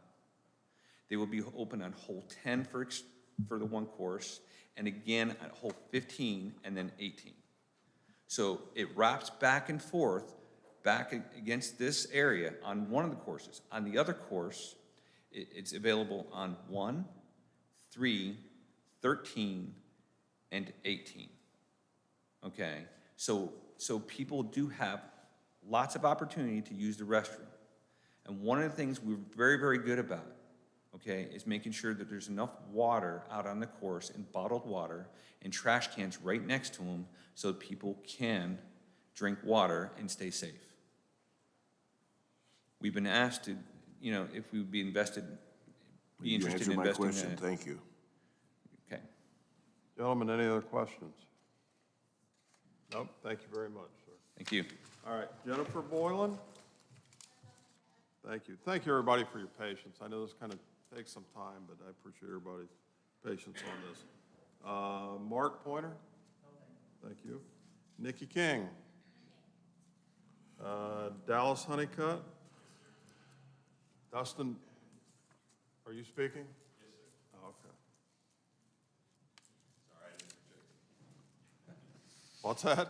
I didn't project. I apologize. My name is Dallas Honeycutt. I live at 700 South Westwood Drive in Bloomington, Indiana. I found out about disc golf 15 years ago when I was still in high school. Didn't really stick back then. I was young and dumb. I'm 32 years old now.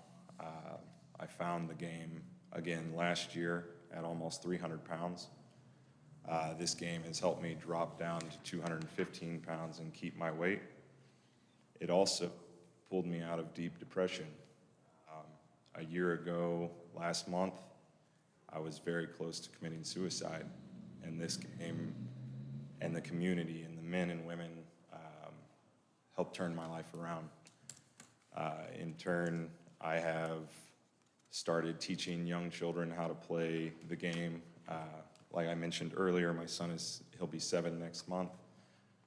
And that is a big passion of mine now, is to see young children find this game and other sports. But the community is adamant about making sure that everyone is the best person that they can be. Steve talked about a little bit about our rules, but as a disc golfer, we look at the course and the community as, it is nature, and that's what we want to leave it as. We want to be as close to what it was as possible. We don't want to disrupt the animals.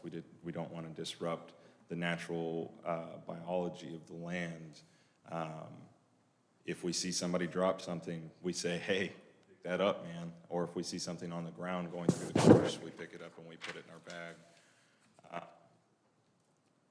One of you gentlemen talked about the cost of the discs, and yes, it can get expensive, but you do not have to spend a lot of money to play the game. You only need 3 discs, and you can buy those 3 discs for $25. Myself and a lot of the gentlemen that are here in support of disc golf, we have plenty of extra discs, and we have created bags for hundreds of people to just start playing the game to see if they like it. And if they don't like it, they can give the disc to somebody else or give them back, and we'll try to help somebody else figure out the game.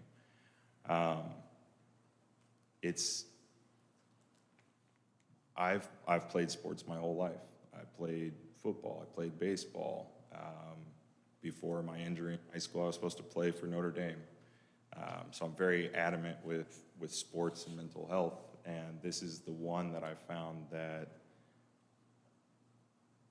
for me, it's the best, because people actually care about you. You know, it doesn't matter if you're the best sport or the worst sport. The number one pro player is going to look at the 6-year-old or the 30-year-old. Excuse me a minute, Mr. Honeycutt. Let's stick on point to why the board should support this application. I am. Mental health in general, perseverance of the land, understanding that there are good people and we can change the bad ones. That's what this game's about. It's about bringing people together, sir, about bringing community together. Yeah, I mean, Indiana just held the Amateur World Championships in Southern Indiana this year, just a month ago. I think it's a very good idea to get on this while this sport is young. It's statistically the fastest growing sport in the world. Thank you. Gentlemen, questions? None. Thank you, sir. Thank you. Mr. Moore?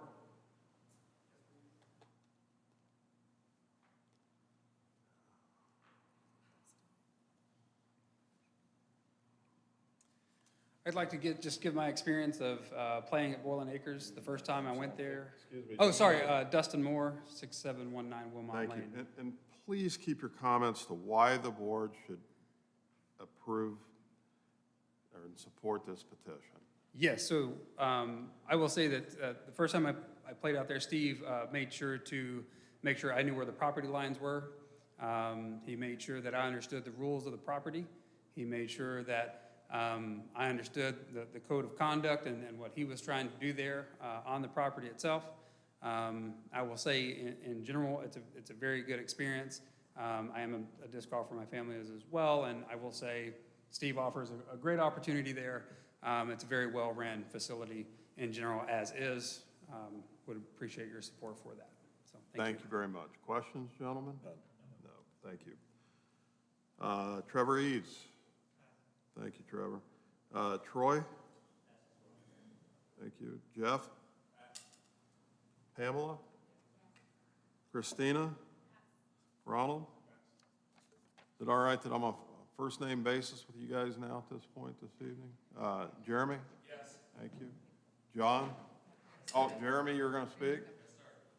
Again, please keep it to why we should approve this. My name is Jeremy Sumter. I'm from Plainfield, Indiana, 3532 Hunt Street. I am one of the caretakers. If you guys didn't know, Speak to us. Address the board. I know both the young ladies that are petitioning us not to have this event and this stuff. I have, yes, been on their property to chase the Pyrenees dogs, because I am one of the biggest guys you'll ever see to chase down dogs. Disc golf has been in my life since 2010, and it's very active. I challenge each one of you, any day, 365 days of the week, to come out and check this property out, because you will be surprised. Thank you. Thank you. John Abernathy? Yes.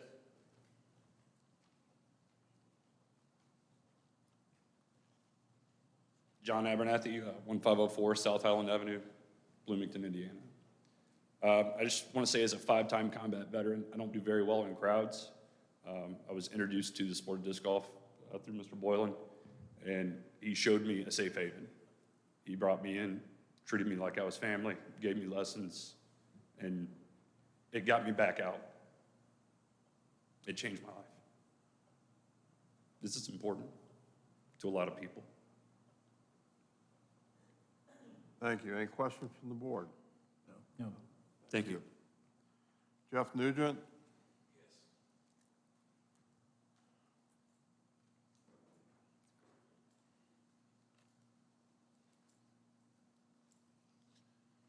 My name's Jeff Nugent at 3092 North Hurricane Hills in Paragon.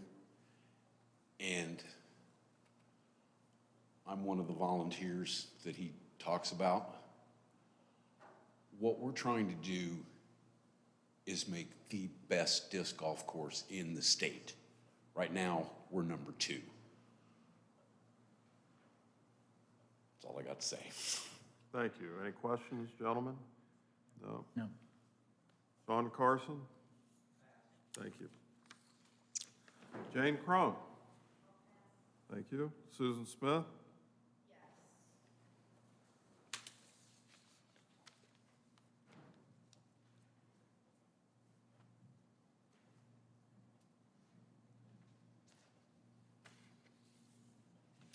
Hello, my name is Susan Smith. I live at 7581 North Kivett Road. I hear everyone, their testimonies saying that it changed their lives. I have no doubt that it changes their lives, just, regular golf, anything. It's very relaxing. Is this the right location for it? Just such a safe rural community. That's my fear, is when my grandkids are out or my granddaughter, we don't know who these people are that we can clearly see, and they can see my little granddaughter outside.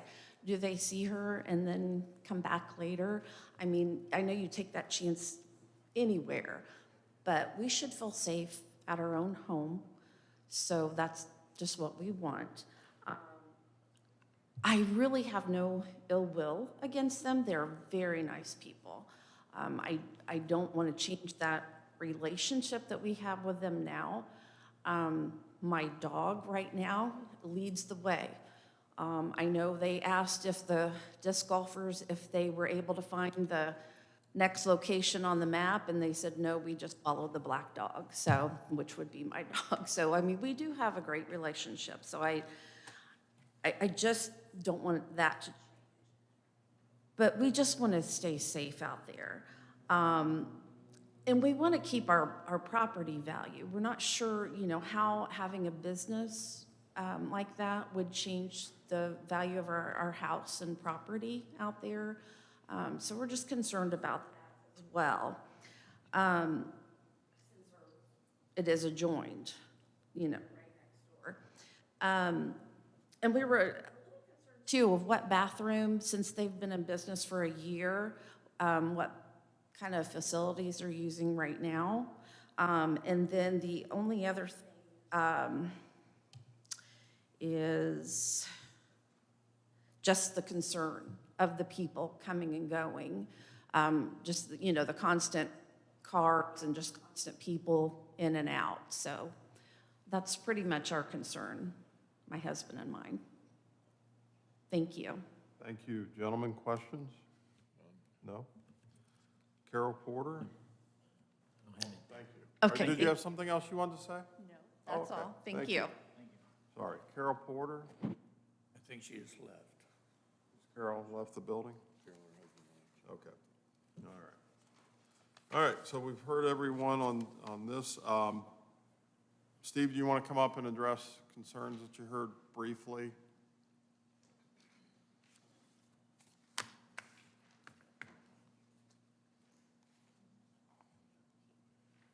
Whatever, sure, go ahead, bud. Go ahead. I carry my own. You guys stated that you made reference to ball golf courses, homes on the golf courses having more value, and I would attest that that is becoming the case in disc golf too. People are searching communities okay, by where disc golf is. In fact, I have somebody from the north part of Indianapolis that has 2 twin daughters, single dad, that is looking at the property right next to us Okay, because I'm they're gonna interested. stop you here for a second. Do you want to address the concerns that we heard from Right. Ms. Smith? Well, I'm addressing the Then value get it issue. narrowed down to that, please. Okay, so what I'm saying is the expectation that disc golf is a negative isn't the case. It's a positive, and more values are going up because of disc golf, okay? And the issue, we've already addressed the issue of safety by offering a fence proposed by Mr. Roomba, and the question was, is how do we have people out there now? Right this moment, I have a portalette that is cleaned and taken care of professionally once a week. And we have that leased from March through October. They pick it up at the end of October every year. Thank you. Gentlemen, questions? Yeah, I've got one. We have, not necessarily gonna happen, but we've got a figure on it, 140 player capacity. I can't picture if 2 people come in a car, that's 72 cars, you've got a 50 space parking. You don't have adequate parking. We have extra parking down by the road. You have what? We have extra parking down by the road. You say here you've got 50 spaces. We have 50 spaces in that parking lot.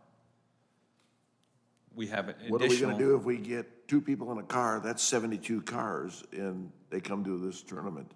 We have additional spaces down by the road, down by Kivett Road, Okay, how many? upwards of 40. How many? 40.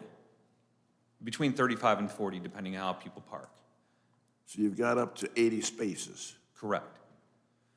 Available. We don't have it marked out as a parking lot down there. That's the overflow. That's all grass, okay? And we have not ever had to use but maybe 5 or 10 cars down in that area, ever. It just does not strike me as and I know we have parking space requirements on a lot of other things. Not very many parking spots, particularly all weather I spoke parking with spots. Ms. Parker about parking. She said the parking is not regulated. That's done by the, if I need to add more parking, we can do that. If it goes over one acre of land, I know there's additional regulations, and we will seek those regulations before we do that. You know, I listened to the one guy coming from Bloomington, other people coming, different people, volunteers. There's probably one person in a car. So in my opinion, you don't have anywhere close to enough parking. That's all I got to say. Anyone else from the board have questions? No. No, thank you. Thank you very much.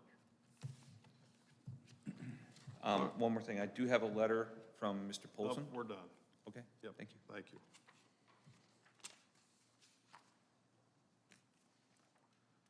Okay, this is again, a request for a special exception use. And again, the applicant has to meet 7 requirements under that. The first being that the proposed special exception use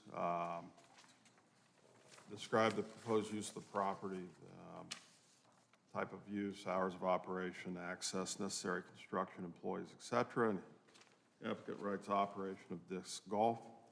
Under number 2.1, the establishment, maintenance, or operation of the special exception will not be detrimental or endanger the public health, safety, morals, and general welfare. And the applicant indicates that's a true statement and states health and fitness recreational advantages. Number 2.2, the special exception will not be injurious to the use and enjoyment of other property in the immediate vicinity for the purposes already permitted. And the applicant indicates that statement is true and explains that no persons are permitted across other properties. Under 2.3, the establishment of the special exception will not impede or substantially alter the normal and orderly development and improvement of the surrounding property for use as permitted in the district. The applicant indicates that statement is true and notes non-permanent structures. Number 2.4, adequate utilities, access road, drainage, and other necessary facilities have been or are being provided. The applicant indicates that's true and cites existing roads and driveways used. Under 2.5, adequate measures have been or will be taken to provide ingress and egress, so designed to minimize traffic congestion on the public roadways. The applicant indicates that statement is true and writes, no substantial traffic will occur. And under 2.6, the special exception will be located in a district where such use is permitted and all other requirements set forth in its UDO that are applicable to such use will be met. And the applicant indicates that statement is true. For the technical reports, the surveyor notes this will be considered a business. They must meet with the Morgan County Stormwater Coordinator prior to any construction. And for the Health Department, they state they have no objections to the proposed special exception. For staff's report, they've addressed each individual item on there. For your review, I'm going to just read their final comments, and that is, given the findings, staff is reluctant to support the approval of the special exception. However, if the BZA were considering approval, some issues could be mitigated with the following requirements. Number one, install a fence around the perimeter of the property to prevent players from trespassing on an adjoining neighbor's property. Number two, no play after dark. Number three, no lighting on the course, and no use of a PA or sound system. Number four, no construction of a clubhouse, restroom, or parking lot. Number five, identification signage at the entrance may be no larger than 4 square feet. Number six, only one disc golf tournament permitted in a calendar year and only one league allowed in a calendar year. Number seven, the petitioner is required to appear before the BZA in October of 2023 to revisit the above findings and address any adverse impact that develops as a result of this approval. And then they further note these requirements are intended to keep participation low and to maintain the existing rural character of the area while allowing the disc golf course to operate without increasing disruption to the neighbors. Open for discussion, gentlemen.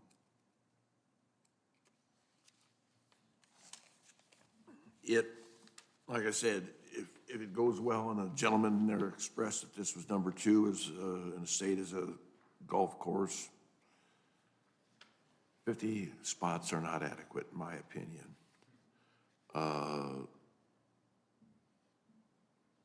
Would all the traffic, if it becomes highly successful, bug the neighbors? Probably.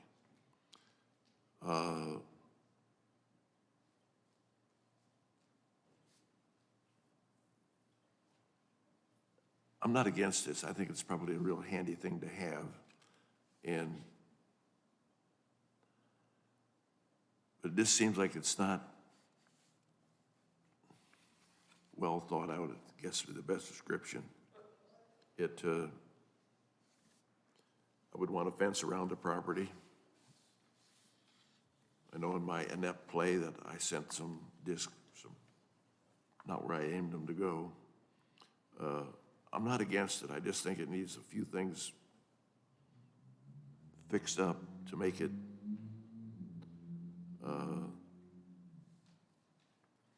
really viable. And one disc tournament a year, a calendar year, one league allowed in a calendar year. I could live with that. And I certainly could live with the coming back in October of 2023 to talk about what's going on and what's going to necessarily change. To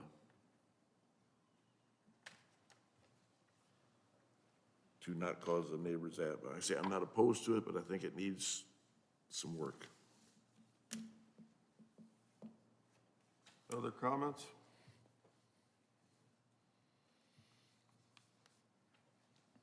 in some way, I agree with Bill on this thing. I'm not opposed to this. I think there's some finite that needs to be worked on this thing. We need to put some exceptions on this thing when we're yay or nay in it. I'm concerned about a permanent structure that they're talking about to store, store stuff in and stuff like that back there. Since we didn't approve a permanent one on the first addition for the campground.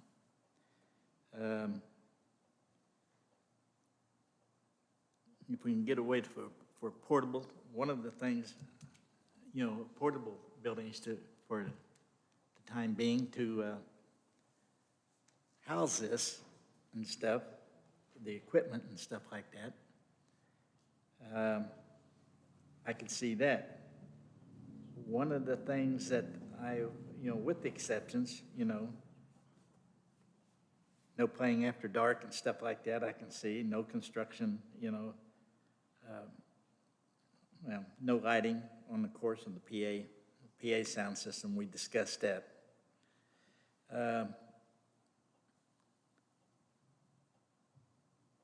I would say I would be in favor of it with limitations on it, just not a permanent structure back there at the time being, and then come back and see in October of '23 from the BZA and see how it worked out with what limitations we have put on them within a year. Yeah, I would agree. I think, my thought on it is I don't think it's going to be detrimental. As far as the noise factor, I think it's going to be very minimal. I think if the applicant was using this as farmland and raising cattle or hogs on there, the noise and scent would be more offensive than somebody playing disc golf, would be my thought. I've never played this game. I'm familiar and, friends with people that have and do play it. Yeah. Well, They find it quite enjoyable. It's a challenging game, like any kind of a golf or this disc golf, regular golf or disc golf is. It's a challenging game. It's far from being a noise problem, from what I've seen, what I've heard from other people through the thing. right. And back to that, I think, again, anytime you have neighbors, no matter what it is, you're going to have some traffic on their property that you may or may not agree with. If it's kids riding dirt bikes or something like that, might offend you, doesn't offend me. I think If you don't own the land, then you have to live with some things, I guess. But back to the points on this, I think they meet the findings of facts to be approved, in my mind. I would not have item number 4 in there because it excludes them from having a parking lot, which they need. Yeah. As far as if they need a bigger one, then I would say then that's up to them to build one and comply with the county codes or state codes that are involved with that. If they need overflow parking like any other major event, our own county fair be one of them. If they need extra parking, they're going to find a way to do that. I wouldn't want to prohibit them from building a permanent structure. A clubhouse, to me, is an enclosed structure that, you've got a bar and a restaurant and that type of thing. That's how I view a clubhouse.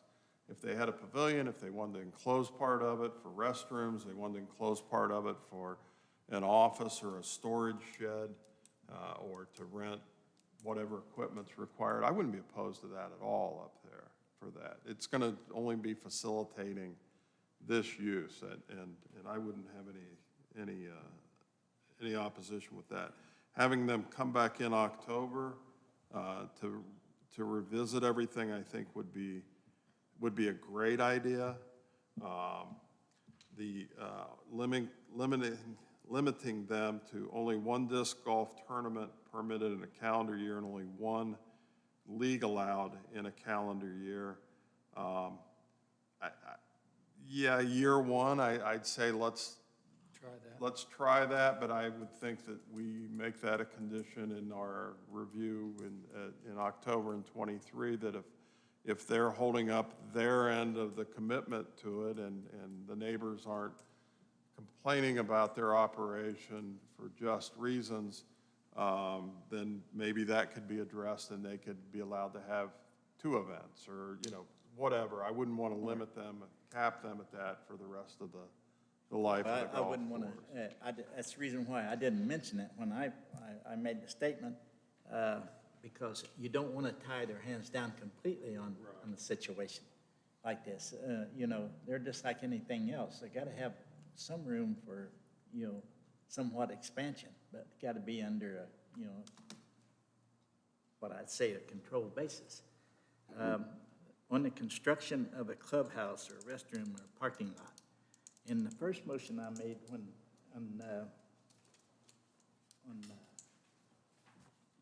the SE 22-03 on the thing, I made a statement there then, no clubhouses or similar facilities.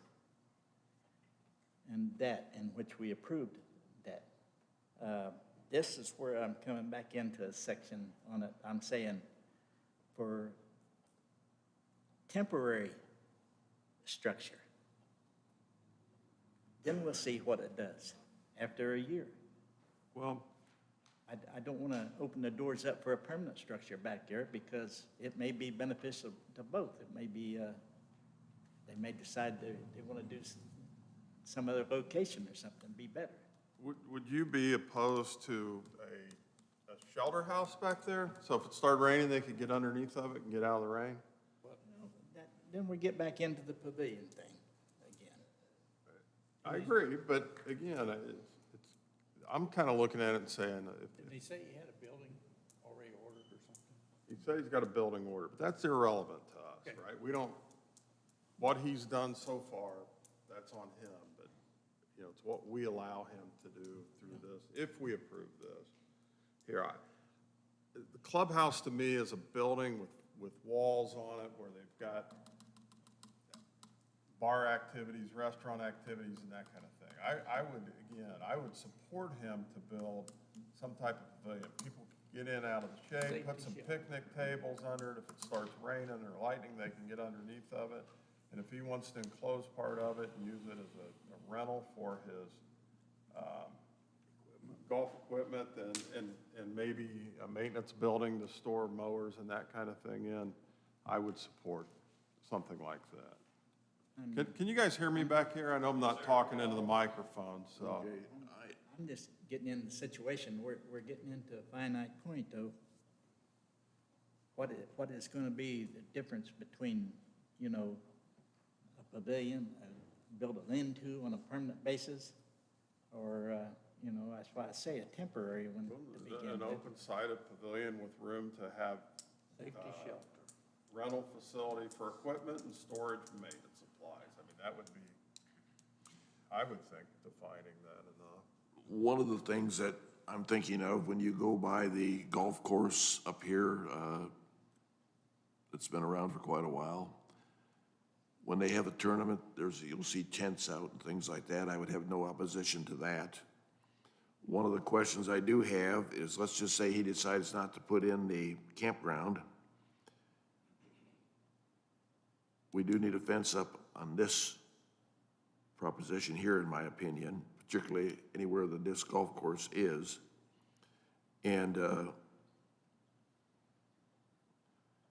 I don't know if we should ask for a gravel parking lot or what we should ask for, but 50 cars, in my opinion, space is sure as a dickens not adequate. I just don't picture when I go out with my friends that we all drive to one house, get in one vehicle and drive there. Excuse me a minute, Bill, if you Go don't mind. Ms. Parker, does the county have a requirement on parking lot? Is there if they build a pavilion, would they have to have, what rules apply to that? Or, I don't mean to put you on the spot. Because this is being treated as an event facility, that was why it was explained that was the intention, so. The state has sized it, to accommodate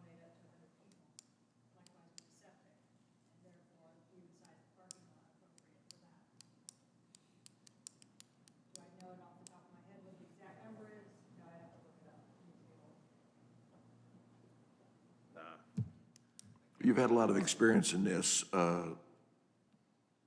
don't mean to put you on the spot. You don't have to answer, it would not offend me, but how many parking spaces do we need with 144 people at a tournament? Well, again, tournaments don't happen every weekend. I think 50 would be sufficient, and let them use grass overflow for those tournament occasions. As long as you, Requiring impervious surface for, it's like paving a parking lot for Christmas visitors at the ball. You only use it once or twice a year.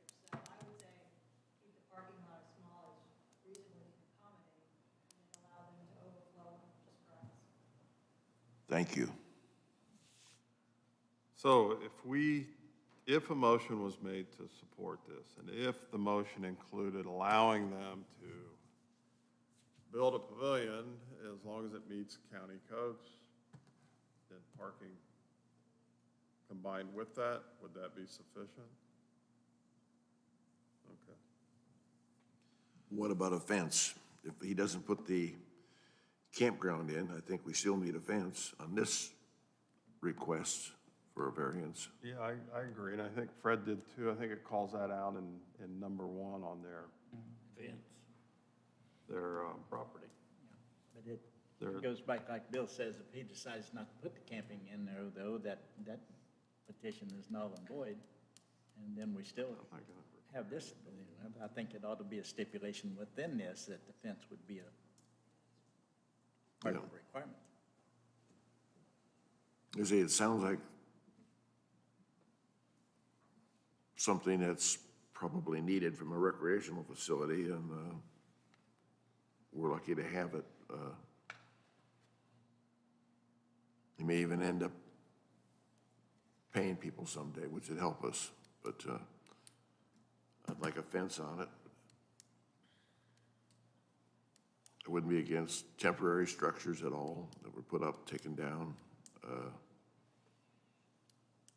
And I don't know if this late in 2022 that we would have any problems with a bigger building, which I think that if it was successful, as we hope he is, that he would need that by next year. But again, I'm for it with a fence. Listen to Mrs. Parker and say if as long as he's got adequate facilities to park cars somewhere, I could live with 50 gravel parking spots. And with those, I would be definitely for it. We do agree on a pavilion in there. Do we stipulate the size of a pavilion you put in? Nope, I wouldn't. I think it's I think going we to might be have the based on cart his before the horse. necessities there. I don't, we've turned down this being an event center. He Yeah. can't do that. Yeah. Okay. Any other discussion? Not for me. Open for a motion? Fred, you got an idea there? You want me to do it? I'm I'll make a motion on this. I'm going to make a motion to approve 22 days. SE-22-06 for a special exception to establish a disc golf course in the Ag zoning district at 7411 North Kivett Road in Gregg Township, Morgan County. Motion's made for the following reasons. Numbers 2.1 through 2.6, all based on the reasons stated in both the petitioner's findings of facts as well as the reasons stated in the staff report. With this motion, I'm attaching some conditions that number one, that the applicant install a fence around the perimeter of the property to prevent players from trespassing or trespassing on adjoining neighbor's property. Number two, no play after dark. Number three, no lighting on the course itself and no use of a PA or any sound enhancing system.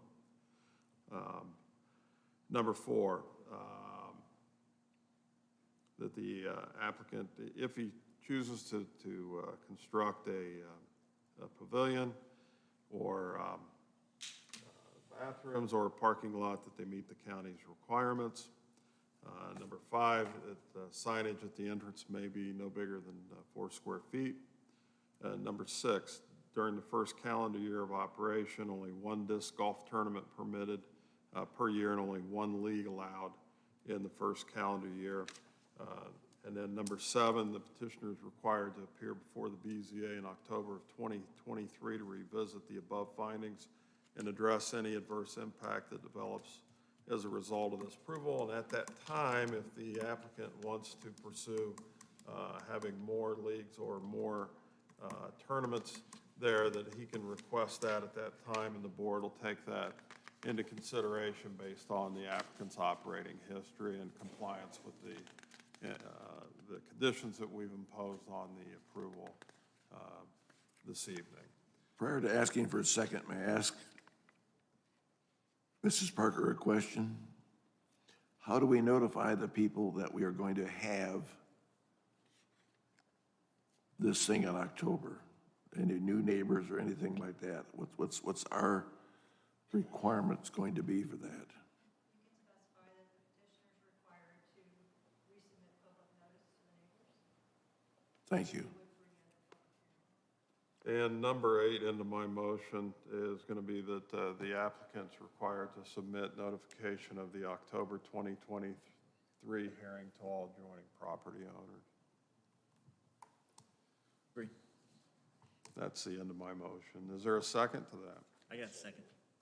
Okay, take your pick, Bill or Fred. All in favor, please raise your right hand and say aye. Aye. Aye. All opposed? So we have 3 for the motion and Gordon and against. Motion passes. So that is approved. All right. Thank you, guys. We have other business to attend to. You're welcome to stay, but if you do, please be quiet so we can get moving along here. Anybody need a bathroom break? Okay. We're going to take a 5-minute break again, folks. Thank you very much.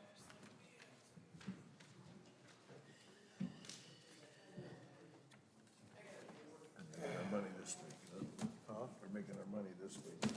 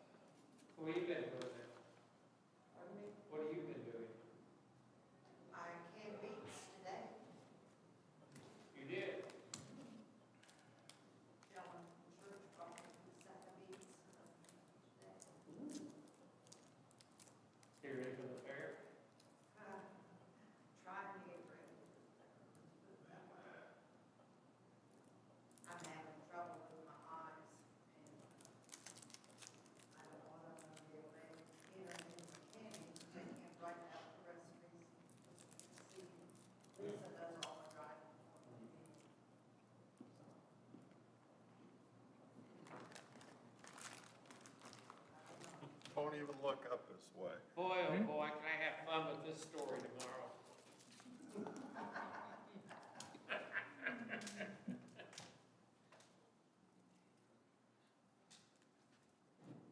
I keep saying it'd be nice to have a newspaper. Yeah, that too, but. We're trying to buy it.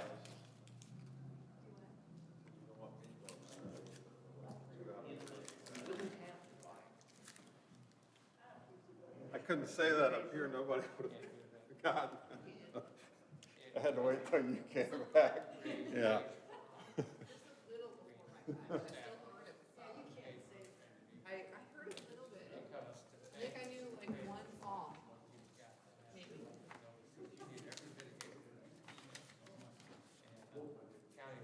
All right, giving you these back. Is there any opposition?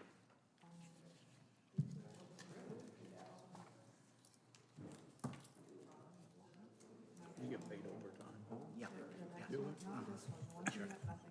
All you have to do just fill out the vouchers for you know. Yeah. Laura pays time and a half for overtime. Isn't that right, Laura? Who's ignoring you or didn't hear you? Avoiding me.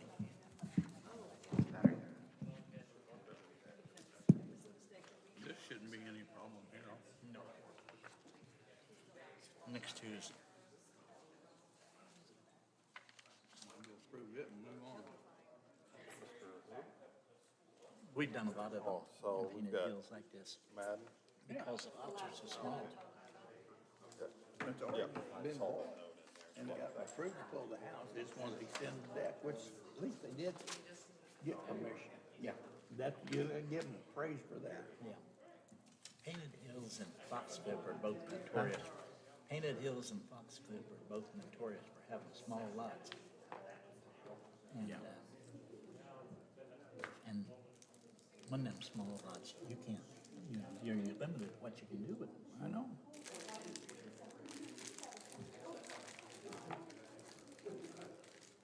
I'm getting hungry now.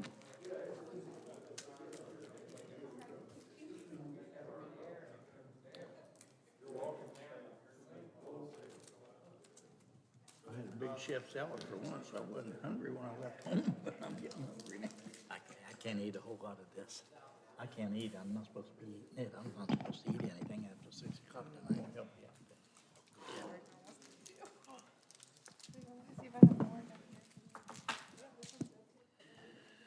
Okay. Yeah, I gotta go in and start my prelim testing. I'm getting surgery Thursday, and I gotta do all my testing tomorrow, so they shut my food off tonight at 6 o'clock, so. This is a no-brainer. This one's a no-brainer. Which one's that? Deck over the property line. They got 2 properties. Kimball one. They just want to extend their deck. Yeah, that's.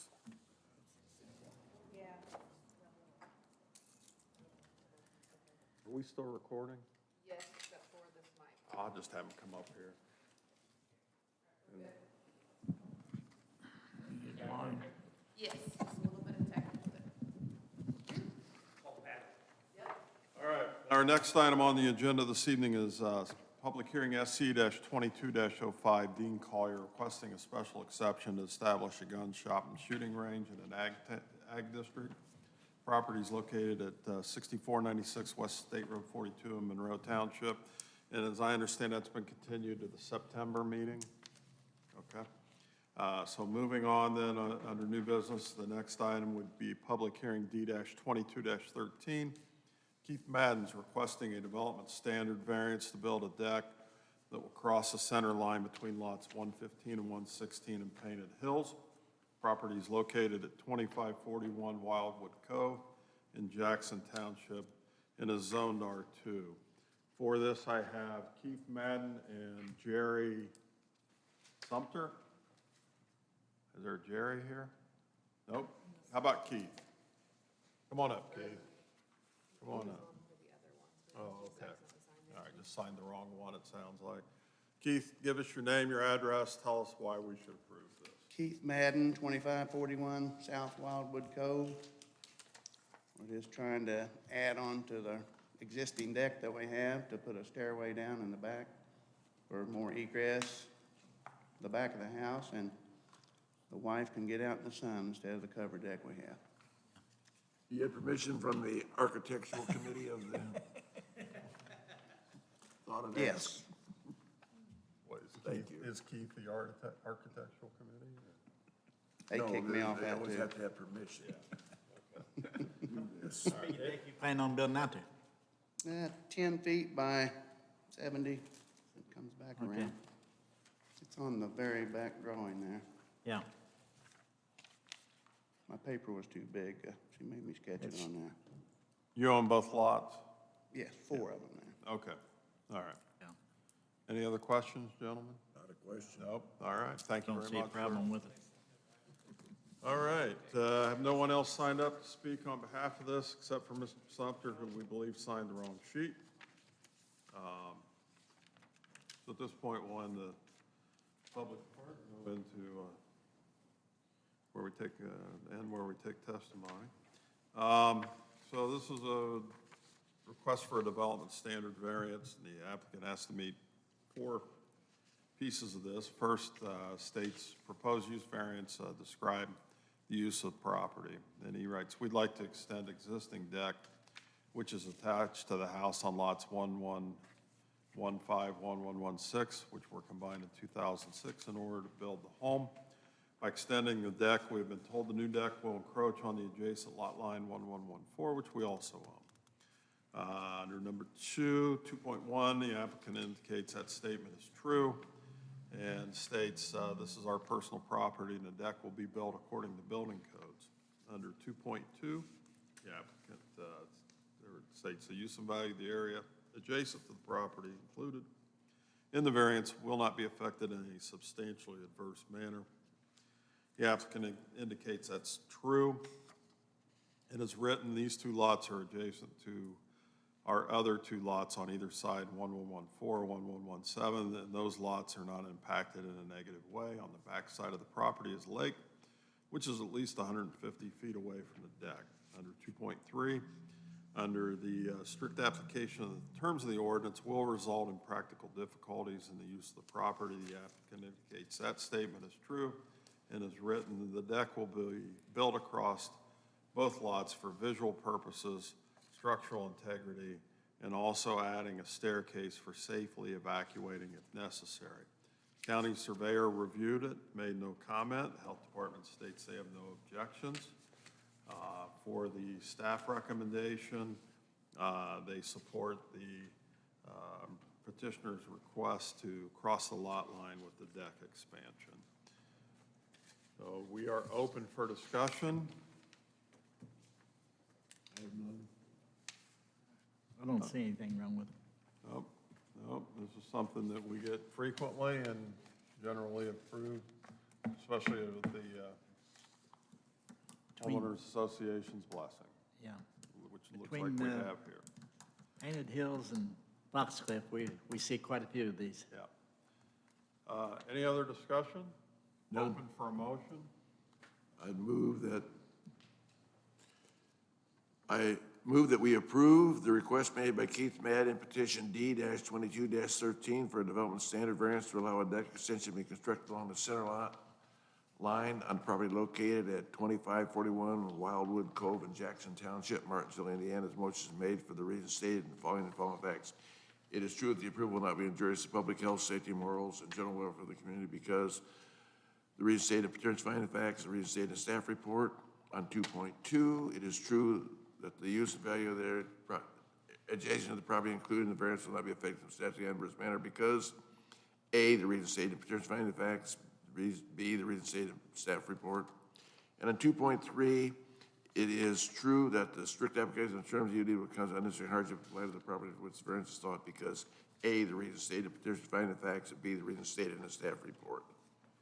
Thank you. I have a motion to approve with no exceptions or conditions. Do I have a second to that motion? I will second it. Gordon seconds that motion. All in favor, please raise your right hand, say aye. Aye. It is approved. Thank you very much. Appreciate your patience with us this evening.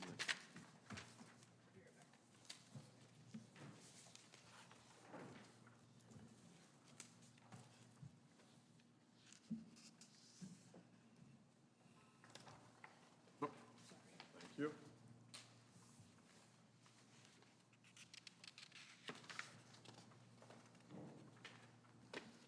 All right, our next item on the agenda this evening is public hearing D-22-14. James, is it Ecker? Ecker? Is requesting a development standard variance to reduce the front yard setback from 35 to 24 feet. The property is located at 8790 East Jacob Lane in Harrison Township and is zoned for ag. And I understand Ms. Parker wants to make a comment on this.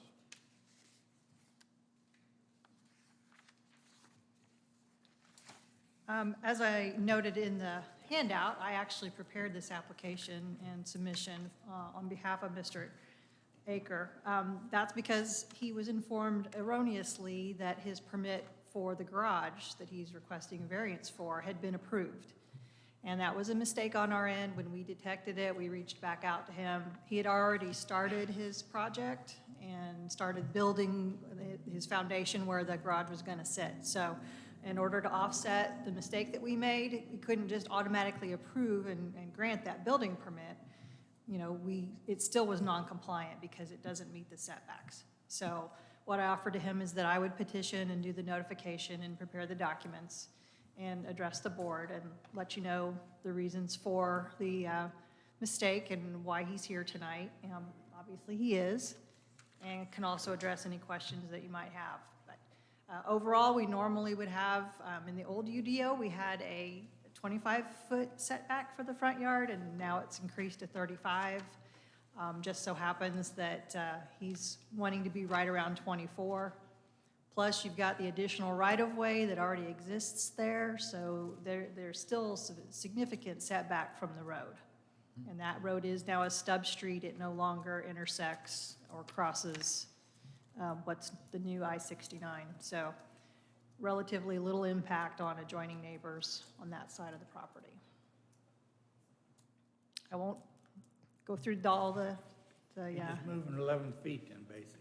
basically, yeah. Thank you. Gentlemen, any other questions for Ms. Parker? No, I'll ask him. Okay, thank you. Thank you. All right, Mr. Eager. Aker. All right, I'm gonna write that out the way it sounds. Get that right. I'm James Aker. I live on, like she told you, on East Jacob Lane. Yeah. First off, I confuse myself sometimes, so I helped confuse these two ladies. They had a very busy day, and it all boils down to one thing that caused so much confusion. The state does not work with the county. They refuse to do such.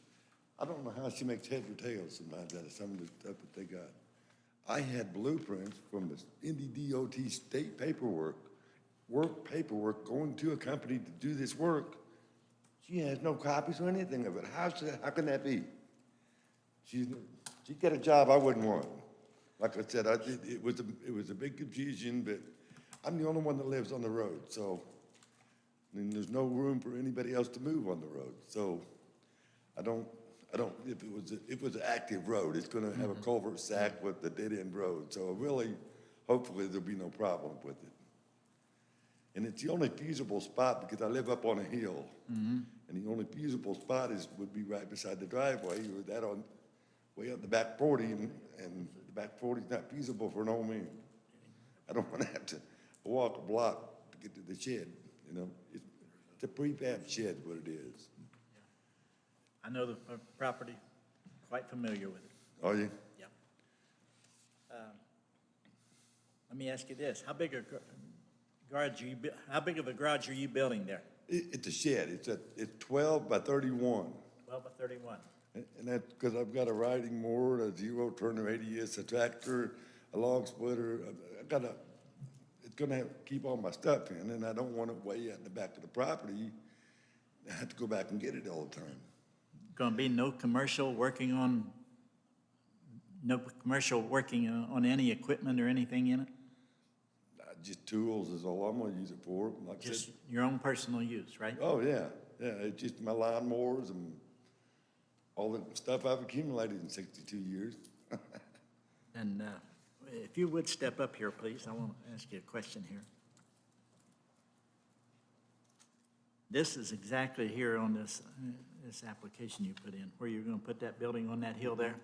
Okay, and your driveway sits here. No, the It's- driveway is right here. Goes right Yeah, over right, here. that's what I meant. That's where I Yeah, meant, right there. And it's a steep hill down the front of that, from the house on down, steep Yeah. hill, and a steep hill on the other side. You're not putting anything down there, right? Right.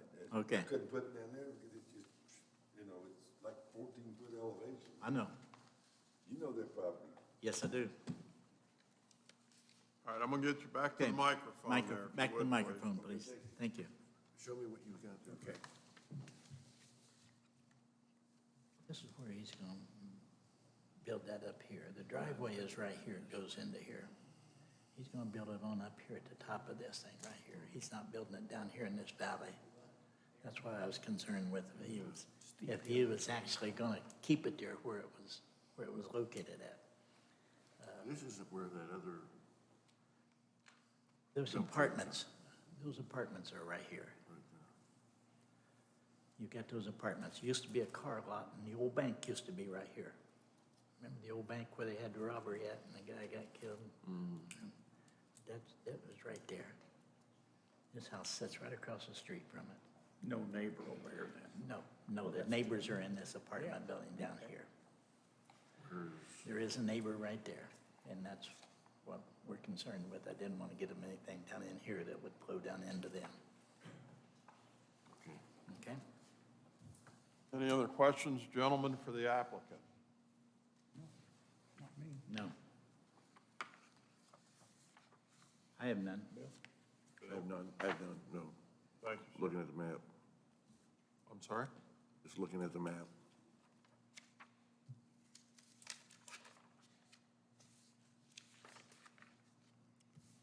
All right, this is a request for development standard variance. Oh, I'm sorry. Go ahead and have a seat, sir. I have one person signed up in opposition, Janice Hilton? Hinton? Hinton. Hinton, I should know that. Hi, Janice. My name's Janice Hinton. I live at 9355 Huggen Hollow Road, Martinsville. There at Waverly. My property adjoins Mr. Akers. My concern was with the letter. It said that he was going to build the garage in the front yard. Now, where he's building is at the end of his house. Is he later going to be able to come and build a garage in my line of sight or my airflow? That's all I wanted to know. Ms. Parker, you want to address that? The short answer is yes. If he can meet requirements for the zoning ordinance, then he can be allowed to build another structure.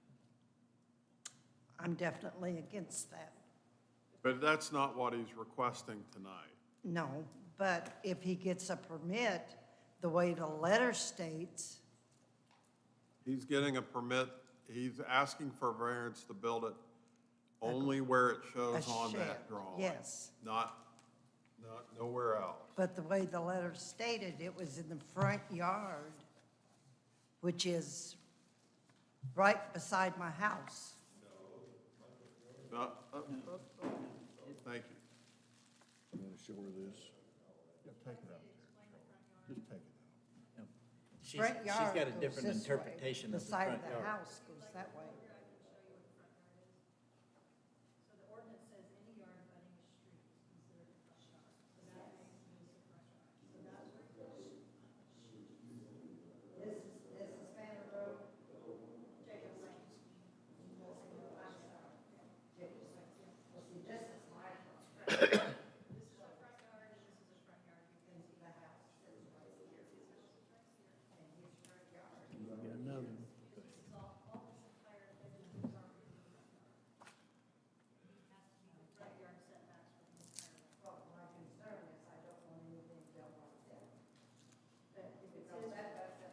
see where she's I get considered. that old, just shoot me.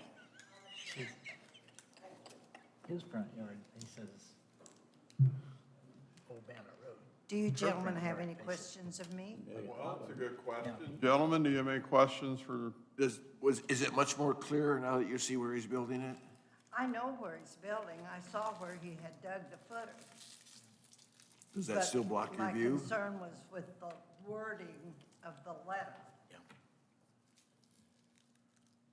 We cannot determine what he's gonna do later. We can only determine what he's doing here. We cannot subject ourselves to what might happen. That's illegal on our part, I guess, be the best description. All we can do is adjudicate this building in this location. Well, I don't mind if he builds at the end of his house. I just don't want it down in my, He had made a every statement time I up look here. out a window, that's what I see. He made a statement here, Jan, to me, you know, which is on the record, that he can't build down in there. He's not gonna build down in there. He made that, and it's on record. Okay, that's all I wanted to know. Thank you very much, gentlemen. thank you. Thank you, ma'am. Thank you. All right, have no one else signed up to speak on behalf of or in opposition to? Again, a request for a development standard variance. Under number one, it says proposed use variance, describe the proposed use of the property, and the response that's written is the petitioner seeking a variance to allow an accessory garage to be constructed with a 24-foot front yard setback instead of the required 35-foot setback. Under number two, the standards for evaluation, it's indicated that the statement that it's not going to be injurious to the public health, safety, morals, and general welfare of the community is true. And further goes on to say, state an accessory garage is a typical structure commonly found in agriculture and residentially zoned districts. Allowing it to be constructed 24 feet from the property line will not jeopardize the public's health or safety. Under 2.2, the use and value of the area adjacent to the property included in the variance will not be affected in a substantially adverse manner. It's noted that that statement is true and is written as an explanation as stated above. Accessory garages are common residential uses. There are many examples throughout the nearby community. These structures tend to improve property values rather than decrease them. And under 2.3, the strict application of the terms of the ordinance will result in practical difficulties in the use of the property. And that's noted as being a true statement and states the property owner was mistakenly told that his permit for the accessory garage was approved. So he proceeded with this project. When the mistake was discovered a few days later, he'd already started preparation of the site where the garage was going to be installed. The permit was revoked, and staff offered to remedy the situation by preparing the variance petition on behalf of the property owner. This was only offered because the permit was issued in error, and under any other circumstances, staff would not be opposed to the reduced setback request. For the technical reports on this, Health Department has no objection. Surveyor reviewed, made no comment. For staff's recommendation, they support the application. Gentlemen, discussion? I have nothing. Yeah, we open for a motion? I make a motion that we accept it, approve it. In request made by James Aker, and petition of T-2214 for a development standard variance, excuse me, to allow the SS garage to be constructed at 24 feet front yard setback on the property located at 8790 East Jacob Lane in Harrison Township, Martinsville, Indiana. This motion is made by the reason as the following findings of fact. It is true that it is approved, it will not be injuries to the public health, safety, morals, or general welfare of the community because of the reasons of A, statement in the petition of findings and facts. B, the reason statement in staff report. 2-2, true is that the use of the value of the area adjacent to the property included in the variance will not be affected in substantially adverse manner because A, the reason stated in petition findings of fact. B, the reason statement in staff report. 2-3, it is true that the fact that the strict application of the items of UDAO will constitute unnecessary hardship of applying to property in which the variance is sought because A, the reason stated in petition findings of facts. B, the reason stated in staff report. Thank you. I have a motion to approve. Do I have a second to that motion? I'll second that motion. Thank you. All in favor, please raise your right hand, say aye. Aye. It's approved. Thank you very much. You're good. I'd rather you not. We're close to that point. Thank you.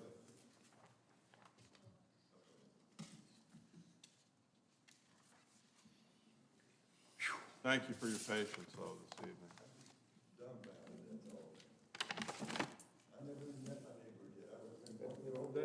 That's why I said no, we're not going to hear any more testimony. We're holding a meeting. We're holding a meeting. Sir, your comments are inappropriate. Take your conversation outside the building if you want to have them, and I'd suggest you not. Thank you. Suggest you don't. Mr. Peden, do we have a BZA attorney's report this evening? Thank you very much. Ms. Parker, do we have a plan director's report this evening? Thank you very much. Do we have any other business to be conducted this evening? It doesn't appear so. I'll open for a motion to adjourn. You got it. Do I have a second? Gordon seconds. All in favor, please raise your right hand. Say aye. Aye, we're adjourned. Thank you all very much. Take all you want. No, I've got to give certain stuff to my wife. Take all you want. So she only eats I'm done. that.